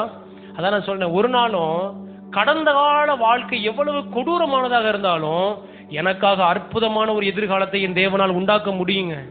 ஹல்லேலூயா. எவ்வளவு சீரழிஞ்சு போன ஒரு வாழ்க்கையா இருந்தாலும், அதனாலதான் பாருங்க, தேவனிடத்துல வருகிற ஒவ்வொருவரையும் கர்த்தர் என்ன செய்யறாரு, என்ன பண்றாரு, அவங்க வாழ்க்கையை அற்புதமாய் உருவாக்குறாரு, ஆச்சரியமாய் உருவாக்குறார். ஹல்லேலூயா. கடந்த கால தோல்வியிலே ஒரு நாள் என்ன செய்யக்கூடாது, எனக்காக ஆண்டவர் புதிய காரியங்களை வச்சிருக்கிறாரு. அதுக்கு நேரம் நம்ம பயணத்தை என்ன செய்ய ஆரம்பிக்கணும், தொடர ஆரம்பிக்கணும். ஹல்லேலூயா. ஒரு ஜாய்ஸ் மேயர் ஆண்டவரோட பயன்படுத்த முடியும்னா ஏன் நம்மளை பயன்படுத்த முடியாது? ஹல்லேலூயா. அந்த அளவுக்கா நம்ம கடந்த கால வாழ்க்கை உடைஞ்சு போயிருக்கு இல்ல. இன்னைக்கு பாருங்க, உலகம் முழுவதுக்கும் ஆசீர்வாதமா இருக்கிறாங்க. அவங்களுடைய மாத வருமானம் பல கோடிகள், பல பல கோடிகள். செத்து போலான்னு இருந்த ஒரு ஆளை கர்த்தர் இப்படி எடுத்து உபயோகிக்க முடியும்னா ஏன் நம்மளை உபயோகிக்க முடியாது? கடந்த காலத்தில் ஏற்பட்ட சின்ன சின்ன காயங்கள், சின்ன சின்ன வருத்தங்கள் கூட பாருங்க, நமக்கு இன்னைக்கு ஒரு பெரிய விஷயமா என்ன செய்யுது, பெரிய விஷயமா இருக்கு, பெரிய காரியமா நம்ம அதை செஞ்சுக்கிட்டு இருப்போம். அவங்களே அதை பப்ளிக்கா வேற சொல்றாங்க பாருங்க, அவங்க சாட்சிய, என் தகப்பனால நான் இப்படி நான் நடத்தப்பட்டேன், ஆனால் என் பரலோக தகப்பனால் நான் அன்னைக்கு பயன்படுத்தப்படுகிறேன்னு சொல்றாங்க. ஹல்லேலூயா. என் உலக தகப்பனால் நான் இப்படி நடத்தப்பட்டிருக்கேன், ஆனா என் பரலோக தகப்பன் என்னை கைவிடவில்லை, என்னை அநேகருக்கு ஆசீர்வாதமான தாயா என்னை உருவாக்கி இருக்கிறாரு. ஏன் நம்ம அந்த சாட்சியை சொல்ல முடியாது? ஹல்லேலூயா. நிச்சயமா. ஆமென். கடந்த கால கசப்புகள், தோல்விகள், ஆமென், நமக்கு ஒரு, நம்முடைய வெற்றிக்கு ஒரு தடையை என்ன செய்யக்கூடாது, தேவனிடத்திற்கு நம்ம திரும்பணும். ஆமென். எந்த கடந்த கால அனுபவத்திலிருந்து யார்கிட்ட திரும்பணும்? கர்த்தரிடத்துக்கு. நீ கடந்த காலத்து நேற்றுக்கு என்ன நடந்துச்சு அதையே ஆண்டவர்டையுமே வேற சொல்றது, ஆண்டவரே தெரியுமா, ஆண்டவரே ரெண்டு, அவருக்கு என்னமோ தெரியாத மாதிரி, அவர் என்னமோ இது பண்ற மாதிரி, அவரே மறந்துட்டாரு, மன்னிச்சிட்டாரு, எல்லாத்தையும் திரும்ப திரும்ப போய் என்ன செஞ்சுட்டு இருக்கிறது கிடையாதுங்க. நம்ம வாழ்க்கையை தேவனிடத்திற்கு நம்ம என்ன செய்யணும், கடந்த கால அனுபவங்களிலிருந்து தேவனிடத்திற்கு நம்ம திருப்பணும். ஹல்லேலூயா. ஹல்லேலூயா. எப்பவுமே உண்மையில நான் சபையில சொல்றேன் பாருங்க, எலிசபெத் அம்மா குறித்து நான் ரொம்ப என்ன செய்வேன், ரொம்ப சந்தோஷப்படுவேன். ஏன்னா சிறு வயதுல இருந்து, அப்பா மரிக்கும் போது எத்தனை வருஷம் ஆச்சுமா? 21 வருஷம் ஆயிருச்சு. பிள்ளைக்கு எத்தனை வயசுல இருக்கும்போது மறைச்சாங்கம்மா? 4 வயசு 8 வயசுல இருக்கும்போது ஒரு தகப்பனையும் ஒரு கணவனையும் அவங்க என்ன செஞ்சிருக்கிறாங்க, இழந்திருக்கிறாங்க. ரொம்ப வேதனையான அனுபவம். உங்களை எத்தனை பேர் அதை புரிந்து கொள்ள முடியும் எனக்கு தெரியல. ரொம்ப வேதனையான ஒரு அனுபவம். ஆனா அவர்கள் நினைத்திருந்தாங்கன்னா அவர்களுக்காக ஒரு வாழ்க்கை அவங்க என்ன செஞ்சிருக்க முடியும், நிச்சயமா அவங்க தேர்ந்தெடுத்திருக்க முடியும். இன்னைக்கு நாங்க சொல்றோம் பாருங்க, இன்னைக்கு சமுதாயத்தை நான் சொல்றேன் பாருங்க, இன்னைக்கு சமுதாயம் ஒரு புருஷன் இருக்கும் போதே எத்தனையோ புருஷன் இன்னைக்கு என்ன செய்யறாங்க, இன்னைக்கு உலகம் தேடுது அசிங்கமான வாழ்க்கை. நியூஸ்ல பாருங்க, செய்திகளை நீங்க பாருங்க, ஒவ்வொரு நாளும் எத்தனை கள்ளக்காதல் மரணங்கள், எத்தனை சாவுகள் என்ன செய்யுது, எதனால? இச்சை, காம விகாரம் தேசத்துல என்ன செய்யுது, தலைவிரித்து ஆடும்போது தேவனுக்காக அவங்க வாழ்க்கையை ஒப்பு கொடுத்து வாழ்ந்துருக்கிறாங்க பாருங்க. நல்ல ஒரு கைத்தட்டு கொடுங்களேன். நம்ம மத்தியில இப்படிப்பட்ட நல்ல சாட்சிகள், நம்ம சபையில இப்படிப்பட்ட சாட்சிகளுக்காக கர்த்தரை துதிக்கிறேன். அல்லேலூயா. ஏன் பாருங்க, அந்த கசப்பான அனுபவம் இன்னைக்கு இந்த பிள்ளைங்க ஊழியத்துல நிற்குது. இன்னும் கர்த்தர் உயர்த்துவாரு. அந்த கசப்பான அனுபவம் இந்த பிள்ளைகளுடைய வாழ்க்கையில ஒரு தாக்கத்தை ஏற்படுத்தல. என்னன்னா, தேவனுக்காக அவங்க சரியான தீர்மானம் எடுத்திருக்காங்க. கணவர் மரித்திருக்கலாம், ஆனா தேவன் மரிக்கலன்னு ஒரு தீர்மானம் எடுத்தாங்க பாருங்க. ஹல்லேலூயா. தகப்பன் சரியா பராமரிக்கல, தகப்பனுடைய அரவணைப்பும் இல்ல, கணவரும் இல்ல. எப்படிப்பட்ட ஒரு கசப்பான அனுபவம் உங்க வாழ்க்கையில் நடந்திருக்கும், வேதனையான வாழ்க்கையை என்ன செஞ்சிருக்கும். நிச்சயமா அதை உங்களால புரிந்து கொள்ள முடியாது அநேகரால. ஆனா நான் சொல்றேன் பாருங்க, இந்த அனுபவங்கள், இந்த கசப்பான காயங்கள், அனுபவங்கள் இந்த பிள்ளைகளுடைய ஆசீர்வாதமான எதிர்காலத்திற்கு ஒரு தடையாவே இல்லை. ஹல்லேலூயா. நிறைய நேரம் நம்ம என்ன நினைக்கிறோம், கசப்பான அனுபவங்கள் இப்படி நடந்துருச்சு, அப்படி போயிருச்சுன்னு என்ன பண்றோம், நாம் மாத்திரம் நம்ம எதிர்காலத்தை அழிக்கல, நம்மை சுற்றிலும் இருக்கிறவருடைய எதிர்காலத்தை நம்ம சீரழிக்கிறோம். ஹல்லேலூயா. நம்ம மாத்திரம் தோற்று போல, நம்மை சுற்றிலும் இருக்கிறவருடைய எதிர்காலத்தையும் நமக்கு என்ன செய்யறோம், ஒரு கேள்விக்குரிய உண்டாக்குறோம். ஹல்லேலூயா. ஆனா ஆண்டவருக்காக பாருங்க, ஆமென், அந்த கடந்த கால தோல்விகள், ஆமென், அவங்களுடைய வாழ்க்கையில ஒரு தாக்கத்தை, நிச்சயமா வேதனைகளை, காயங்களை உண்டாக்கி இருக்கும். ஆனா தேவன் வைத்திருக்கிற அவருடைய மகிமையான எதிர்காலத்துக்கு அது ஒரு தடையா இல்லை. ஹல்லேலூயா. இன்னைக்கு பாருங்க, பிள்ளைகளை ஊழியத்துல வளர்த்துருக்கிறாங்க, எவ்வளவு பெரிய அற்புதமான காரியம். இன்னும் பிள்ளைகளை கர்த்தர் வல்லமை என்ன செய்வாரு, உயர்த்துவாரு. ஆமென். நானே யோசிச்சுட்டு இருக்கேன், அடுத்து தம்பி ஃபிளைட்ல அடுத்து என்ன செய்யணும் கொண்டு வந்து யோசிச்சுட்டு இருக்கேன் ஊழியத்துக்கு போகும்போது. ஆமென். நானே யோசிக்கிறேன். ஆமென். கர்த்தர் இதை காட்டிலும் 1000 மடங்கு பெரிய காரியங்களை தாங்க யோசிச்சு வைப்பாரு. நம்ம பாருங்க, கடந்த காலத்துல ஏற்பட்ட காரியங்களே பிடிச்சிட்டு என்ன செஞ்சுட்டு இருக்க கூடாது, அதையே பிடிச்சு தொங்கிட்டு இருக்க கூடாது. என் பிள்ளைகளுக்கு நல்ல எதிர்காலத்தை நான் கொடுக்க வேண்டும், என்னுடைய சந்ததிக்கு நல்ல ஒரு ஆரோக்கியமான எதிர்காலத்தை நான் உருவாக்க வேண்டும். ஹல்லேலூயா. என் பிள்ளைகளுக்கு, என் குடும்பத்திற்கு நான் எழும்ப வேண்டும்னு என்ன செய்யறாங்க, எழும்பனால நீ ஆசீர்வாதமா இருக்கிறாங்க. ஹல்லேலூயா. ஒரு நாள் எத்தனையோ சாட்சிகளை சொல்ல முடியும் வேதத்திலிருந்து, இன்னைக்கு எத்தனையோ ஊழியக்காரனுடைய வாழ்க்கையிலிருந்து. ஆனா நான் உங்களுக்கு சொல்லுகிறேன், ஒரு நாளும் உங்களுடைய கடந்த கால தோல்விகள், உங்களுடைய கடந்த கால கசப்பான அனுபவங்கள் உங்களுடைய எதிர்காலத்திற்கு ஒரு தடையாய் வைப்பதற்கு நீங்கள் ஒரு நாள் என்ன செய்யக்கூடாது, அனுமதிக்க கூடாதுங்க. ஹல்லேலூயா. வாழ்க்கையில் நான் சொல்ற கசப்பான அனுபவங்கள் வருது, நம்மை நம்பினவர்களை ஏமாற்றி விட்டு போகிற சூழ்நிலை என்ன செய்யுது, வருகிறது. நம்ம எதிர்பார்த்த காரியங்கள் நடக்காம வருது. ஆமா, உண்மை. சில நேரம் நம்ம எவ்வளவு பிரயாசப்படுறோம், ஆனா தோல்விகள் தான் மிச்சமா என்ன செய்யுது, நமக்கு கிடைக்குது. ஆனா இதுக்காக நாளைக்கு கர்த்தர் எனக்கு வச்சிருக்கிற அந்த பெரிய நன்மை நான் என்ன செய்ய மாட்டேன், இழக்க மாட்டேன். தொடர்ந்து நான் முன்னேறுவேன், தொடர்ந்து நான் பயணிப்பேன். ஹல்லேலூயா. தொடர்ந்து ஆண்டவருக்காக நான் ஜீவிப்பேன்.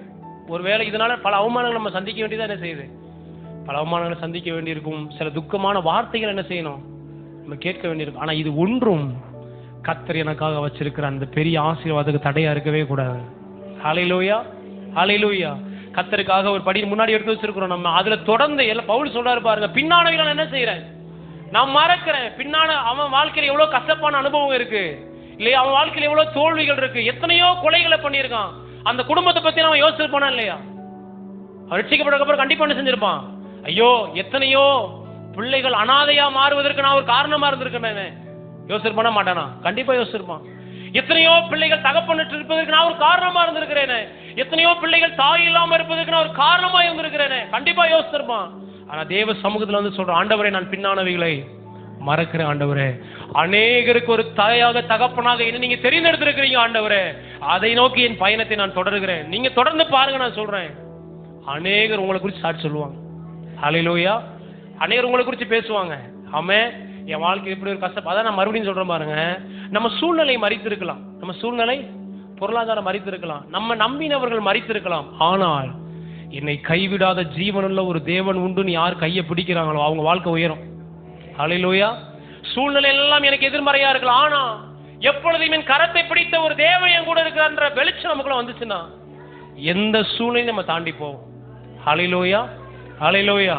அதனால ஒரு நாளும் கடந்த கால கசப்புகள் உங்களையும், உங்களுக்கு, உங்க சந்ததியையும், உங்க பிள்ளைகள், உங்க பிள்ளைகளுடைய பிள்ளைகள், அவங்களுக்கு வைத்திருக்கிற அந்த மகிமையான எதிர்காலத்தை தடை பண்ணுவதற்கு நீங்க ஒரு காரணமா என்ன செய்யக்கூடாது, இருக்கவே கூடாது. ஹல்லேலூயா. ஹல்லேலூயா. இன்னைக்கு நான் சொல்ல பாருங்க, ஜாய்ஸ் மயர் எத்தனையோ கோடிகளுக்கு ஆசீர்வாதம், அவங்க பிள்ளைகள் அடுத்து ஆசீர்வதிக்கப்பட்டிருக்காங்க. அவங்களுடைய டெலிவிஷன், அந்த டிவி தொலைக்காட்சி நிகழ்ச்சியை பார்த்து எத்தனையோ பேர் அடிமைத்தனத்திலிருந்து, குட்டி வரியிலிருந்து விடுதலையாக்கப்பட்டவங்க எத்தனையோ பேர் என்ன செய்யறாங்க, இருக்கிறாங்க. ஆனா அதுக்கு நேர ஆப்போசிட் நீங்க பாத்தீங்கன்னா, அவங்க தம்பி எத்தனையோ வாய்ப்புகளை இவங்க நல்லா ஆனதுக்கு அப்புறம் எத்தனையோ வாய்ப்புகளை அவருடைய தம்பிக்கு என்ன செய்யறாங்க, ஏன் தம்பி என் வாழ்க்கையை பாரு, என் வாழ்க்கையவே ஆண்டவர் இப்படி எடுத்து பயன்படுத்த முடியும்னா உன்னையும் எடுத்து பயன்படுத்த முடியும்னு எத்தனையோ முறை என்ன செஞ்சிருக்காங்க, சொல்லியிருக்கிறாங்க. ஆனா அவருக்கு அதை என்ன செய்யல, அவங்க அப்பா மேல இருந்த கசப்பு, அவங்க அப்பா மேல இருந்த வைராக்கியம், எங்க அப்பா இப்படி போட்டு என்ன அடிச்சு ஒண்ணுமில்லாம, அவர் வந்து ஆர்மியில வேலை செஞ்சிருக்காரு அவங்க தம்பி. அந்த ஒரு எப்படிப்பட்ட வாழ்க்கை என்ன செஞ்சிருக்கலாம், அவன் ஆண்டவர் இல்லாம கூட நல்லா வாழ்ந்திருக்கலாம். ஆனா ஆண்டவரையும் இல்லாம உலகத்திலேயும் ஒரு நல்ல வாழ்க்கை இல்லாம அவனுடைய முடிவை நீங்க பாத்தீங்கன்னா, ஒரு 57 வயசுல ஜாய்ஸ் மேயர் அவங்க டெஸ்டிமனி சொல்றாங்க, 57 வயசுல எங்கேயோ ஒரு இடத்துல செத்து என்ன செஞ்சாராம், கிடந்தாராம். 30 நாள் வரைக்கும் யாருமே என்ன செய்யலையா, பார்க்கவே இல்லையா. 30வது நாள்ல பாத்தீங்கன்னா ஒரு பர்ஸ்ல யார் போட்டா இருந்துச்சான், ஜாய்ஸ் மேயரோட அட்ரஸ், அவங்க போட்டோ. ஆனா பல கோடிகளுக்கு சொந்தக்காரங்க இவங்க. எப்படிப்பட்ட ஒரு வாழ்க்கையை அவங்களுக்கு என்ன செஞ்சிருக்கலாம், அவர் திரும்பி வந்திருந்தா கொடுத்துருக்கலாம். ஆனா கடந்த கால வாழ்க்கை, கடந்த கால தோல்வியே நினைச்சு அவருக்காக இருந்த ஒரு அற்புதமான எதிர்காலத்தை அவர் என்ன செஞ்சிட்டாரு, இழந்து போயிட்டார். ஹல்லேலூயா. நான் சொல்றேன், தேவன் நமக்கு ஆப்ஷன் தான் கொடுக்குறாரு. என்ன கொடுக்குறாரு, யாரையும் கர்த்தர் வந்து கட்டாயப்படுத்த நீ இப்படித்தான் அப்படி என்ன செய்யல. ஆண்டவர் உங்களுக்கு முன்பாக வாய்ப்புகளை வைக்கிறாரு. நீங்க நினைச்சீங்கன்னா எல்லாம் சொல்லுங்க, நான் நினைத்தா நல்ல ஒரு ஜாய்ஸ் மேயர் மாதிரி நான் என்ன செய்ய முடியும், நான் எழும்ப முடியும். ஆமா, யார் கையில தான் இருக்கு, ஜாய்ஸ் மேயர் அவங்க ஒரு தீர்மானம் எடுத்தாங்க, நான் ஆண்டவருக்காக வாழ்வேன். இந்த கடந்த கால அசிங்கமான வாழ்க்கை மறுபடியும் என் மனதுக்குள்ள நுழைவதற்கு நான் என்ன செய்ய மாட்டேன், அனுமதிக்க மாட்டேன். ஒவ்வொரு முறையும் லட்சக்கணக்கான பேர் முன்பாக நின்று பிரசங்கம் பண்றாங்க. அவங்க கடந்த காலத்தை அவங்க மறக்கலன்னா எப்படி நின்றுப்பாங்க, அவங்க நின்றுக்க முடியுமா அவங்களால, நிச்சயமா முடியாது. அதை மறந்தாங்கப்பா. அவங்க தகப்பனாரை மன்னிச்சாங்க, அவரை நேசிச்சாங்க. நீங்க வாழ்க்கையில செஞ்சுட்டீங்க, நானும் உங்களை மன்னிக்கிறேன், மன்னிச்சாங்க, நேசிச்சாங்க. அல்லேலூயா. அப்படிப்பட்ட ஒரு மனாசையின் அனுபவம் நமக்கு என்ன செய்யணும், என்ன சொல்ல, மனாசையின் அனுபவம் வரணும். அப்படின்னா நமக்கு நிச்சயமாய் ஒரு எப்ராஹிம் உண்டு. ஆமே, நீங்க மனாசையின் அனுபவத்துக்குள்ள போனீங்கன்னா உங்க பிள்ளைகளுக்கு ஒரு எப்ராஹிம் அனுபவம்.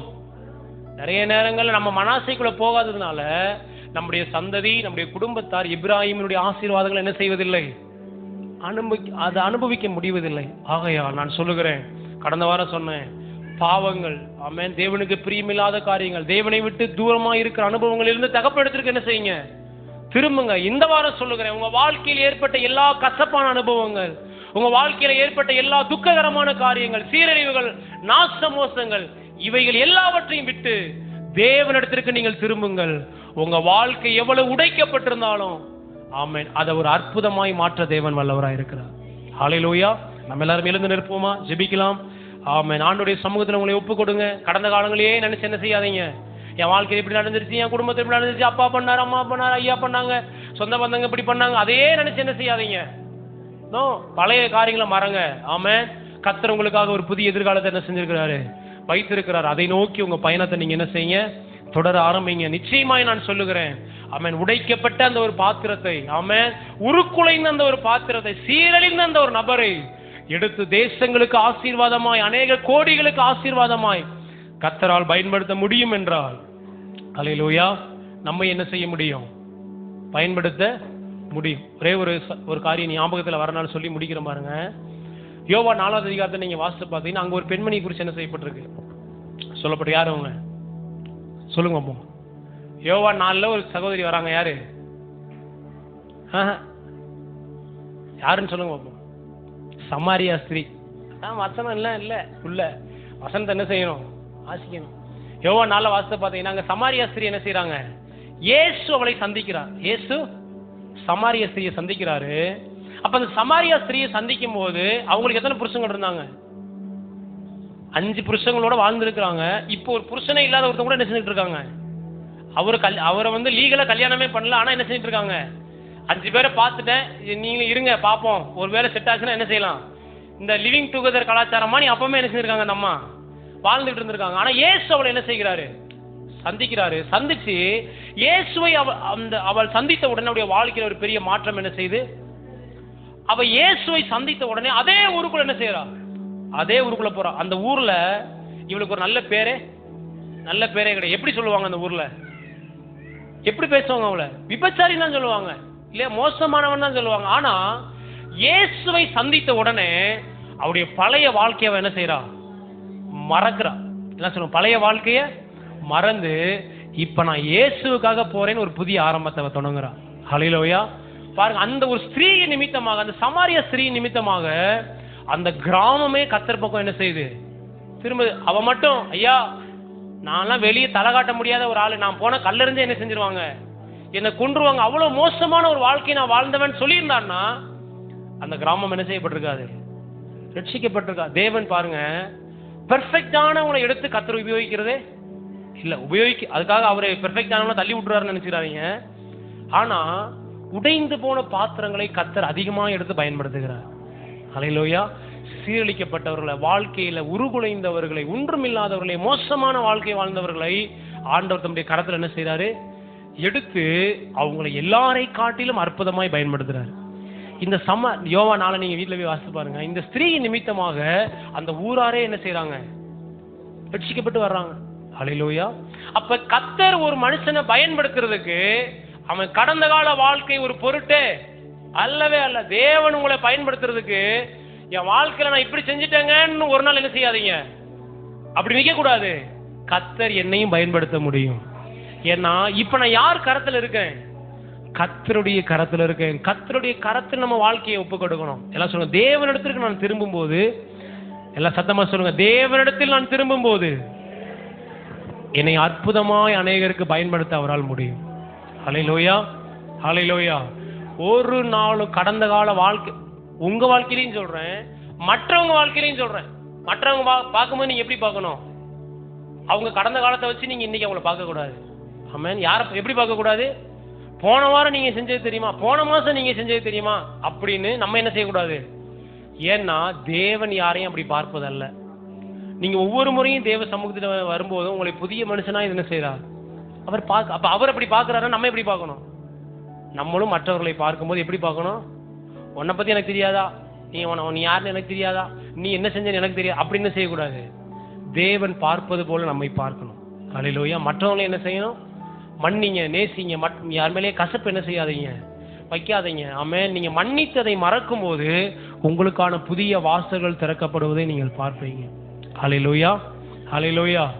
சில நேரம் கசப்பான ஏதாவது நடந்திருந்தாலும் அதை என்ன செய்யுங்க, துவைச்சு போடுற மாதிரி என்ன செய்யுங்க, துவைச்சு போட்டுருங்க. வெயில் அடிச்சா காஞ்சிடும். ஃபாதர் பாடுறாருல, என்ன சொல்றாரு, துன்பமா துயரமா அது தண்ணீர் பட்ட உடை போன்றதம்மா. என்ன தண்ணி பட்டுச்சுன்னா என்ன ஆயிரும், ஐயோ தண்ணிங்கன்ட்டு உட்காந்துருக்கீங்களா, இல்ல 2 நிமிஷம் காத்துல இருந்து அது பாட்டுக்கு என்ன செஞ்சிருது. நான் சொல்றேன், எப்படிப்பட்ட காயமா இருந்தாலும் கசப்பா இருந்தாலும் தேவ சமூகத்துல இருந்தா நிச்சயமா உலர்ந்து போகும். ஹல்லேலூயா. உங்களுடைய வாழ்க்கையை ஆண்டவரத்தில் அர்ப்பணிங்க. கடந்த கால அனுபவங்கள் எதிர்கால நன்மைகளை ஒரு நாள் என்ன செஞ்சிடக்கூடாது, தடை பண்ணிடக்கூடாது. ஹல்லேலூயா. கண்களை மூடி நம்ம ஜெபிக்கலாமா? எல்லாரும் கண்களை மூடி ஆண்டவருடைய சமூகத்துல, ஒருவேளை உங்களுடைய வாழ்க்கையில கசப்பான அனுபவங்கள், கசப்பான காயங்கள், எதிர்மறையான காரியங்கள், ஒருவேளை மிகவும் துக்ககரமான சம்பவங்கள், வேதனைப்படுத்தக்கூடிய சம்பவங்கள் ஒருவேளை நடந்திருக்கலாம். ஆண்டவருடைய சமூகத்துல யோசேப்பை போல, ஆண்டவரே எனக்கு ஒரு மனாசையின் அனுபவத்தை நீங்க தந்ததற்காய் ஸ்தோத்திரம் ஆண்டவரே. என் தகப்பன் வீட்டில் ஏற்பட்ட எல்லா காயங்களையும் கசப்புகளையும், என் சகோதரர் மூலமாக வந்த எல்லாவற்றையும் மன்னிக்கும்படி நீர் எனக்கு உதவி செய்தீரே என்று சொல்லி கர்த்தரை நீங்க துதிக்க ஆரம்பிங்க. நிச்சயமாய் நான் சொல்லுகிறேன், உங்களுக்காக ஒரு எப்ராஹிமை கர்த்தர் வைத்திருக்கிறாரு. உங்களுக்காக, உங்கள் பிள்ளைகளுக்காக ஒரு ஆசீர்வாதமான ஆமென் எதிர்காலத்தை கர்த்தர் வைத்திருக்கிறார். உங்க மனநிலை இன்னைக்கு புதிதாகட்டும். முந்தினவைகளை நினைக்க வேண்டாம். எல்லாரும் சொல்லுங்க, முந்தினவைகளை.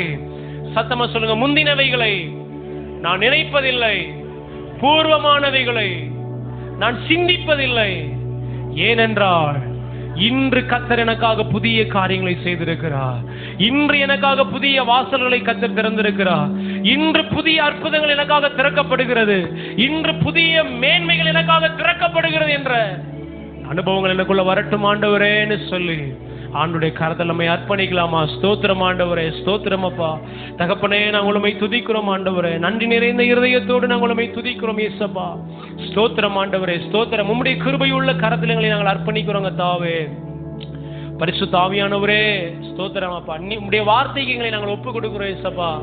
ஆண்டவரே, உம்முடைய வார்த்தை மூலம் எங்களோடு பேசுகிறீங்க, உணர்த்துறீங்க ஆண்டவரே. ஸ்தோத்திரம் அப்பா. நாங்கள் திரும்ப வேண்டிய ஏதாவது காரியங்கள் இருக்குமானால் எங்களை சந்தோஷமாய் ஏற்றுக்கொள்ளுகிற ஒரு தகப்பன் நீங்க இருக்கிறீங்க ஆண்டவரே.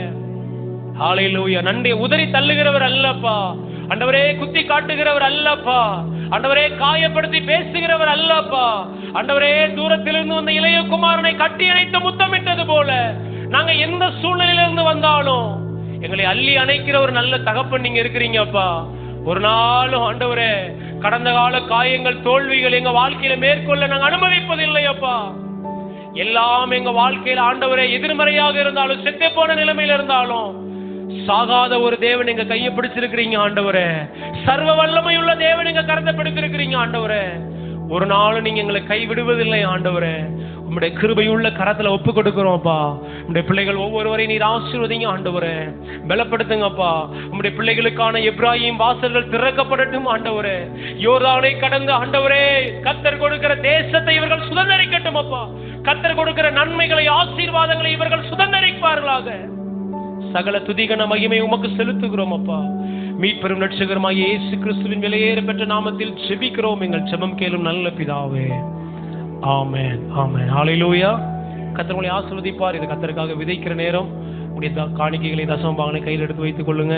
ஆமென். அதை ஆசீர்வதிங்க. ஆமென். கர்த்தர் கொடுத்த நன்மைக்காக கர்த்தரை ஸ்தோத்திரிங்க. ஹல்லேலூயா. எல்லாரும் ஆமென். அதை ஆசீர்வதிங்க. ஸ்தோத்திரம் பண்ணி கரங்களை உயர்த்தி, தகப்பனே நீர் கொடுத்த இந்த நல்ல ஆசீர்வாதத்திற்காக உம்மை ஸ்தோத்திரிக்கிறோம் ஆண்டவரே. ஆண்டவரே, இது என்னுடைய பலத்தினால் வந்ததல்லப்பா, என்னுடைய உழைப்பினால் வந்ததல்லப்பா, இது உடைய கிருபையினால் எனக்கு வந்தது ஆண்டவரே. இந்த பணத்தை, இந்த விதையை நான் ஆசீர்வதிக்கிறேன்ப்பா. இது 100 மடங்காக என்னிடத்திற்கு திரும்பட்டும் ஆண்டவரே. பல மடங்காக என் குடும்பத்திற்கு திரும்பட்டும், என் பிள்ளைகளுடைய வாழ்க்கைக்கு திரும்பட்டும் ஆண்டவரேன்னு சொல்லி அதை ஆசீர்வதிப்போமா. அந்த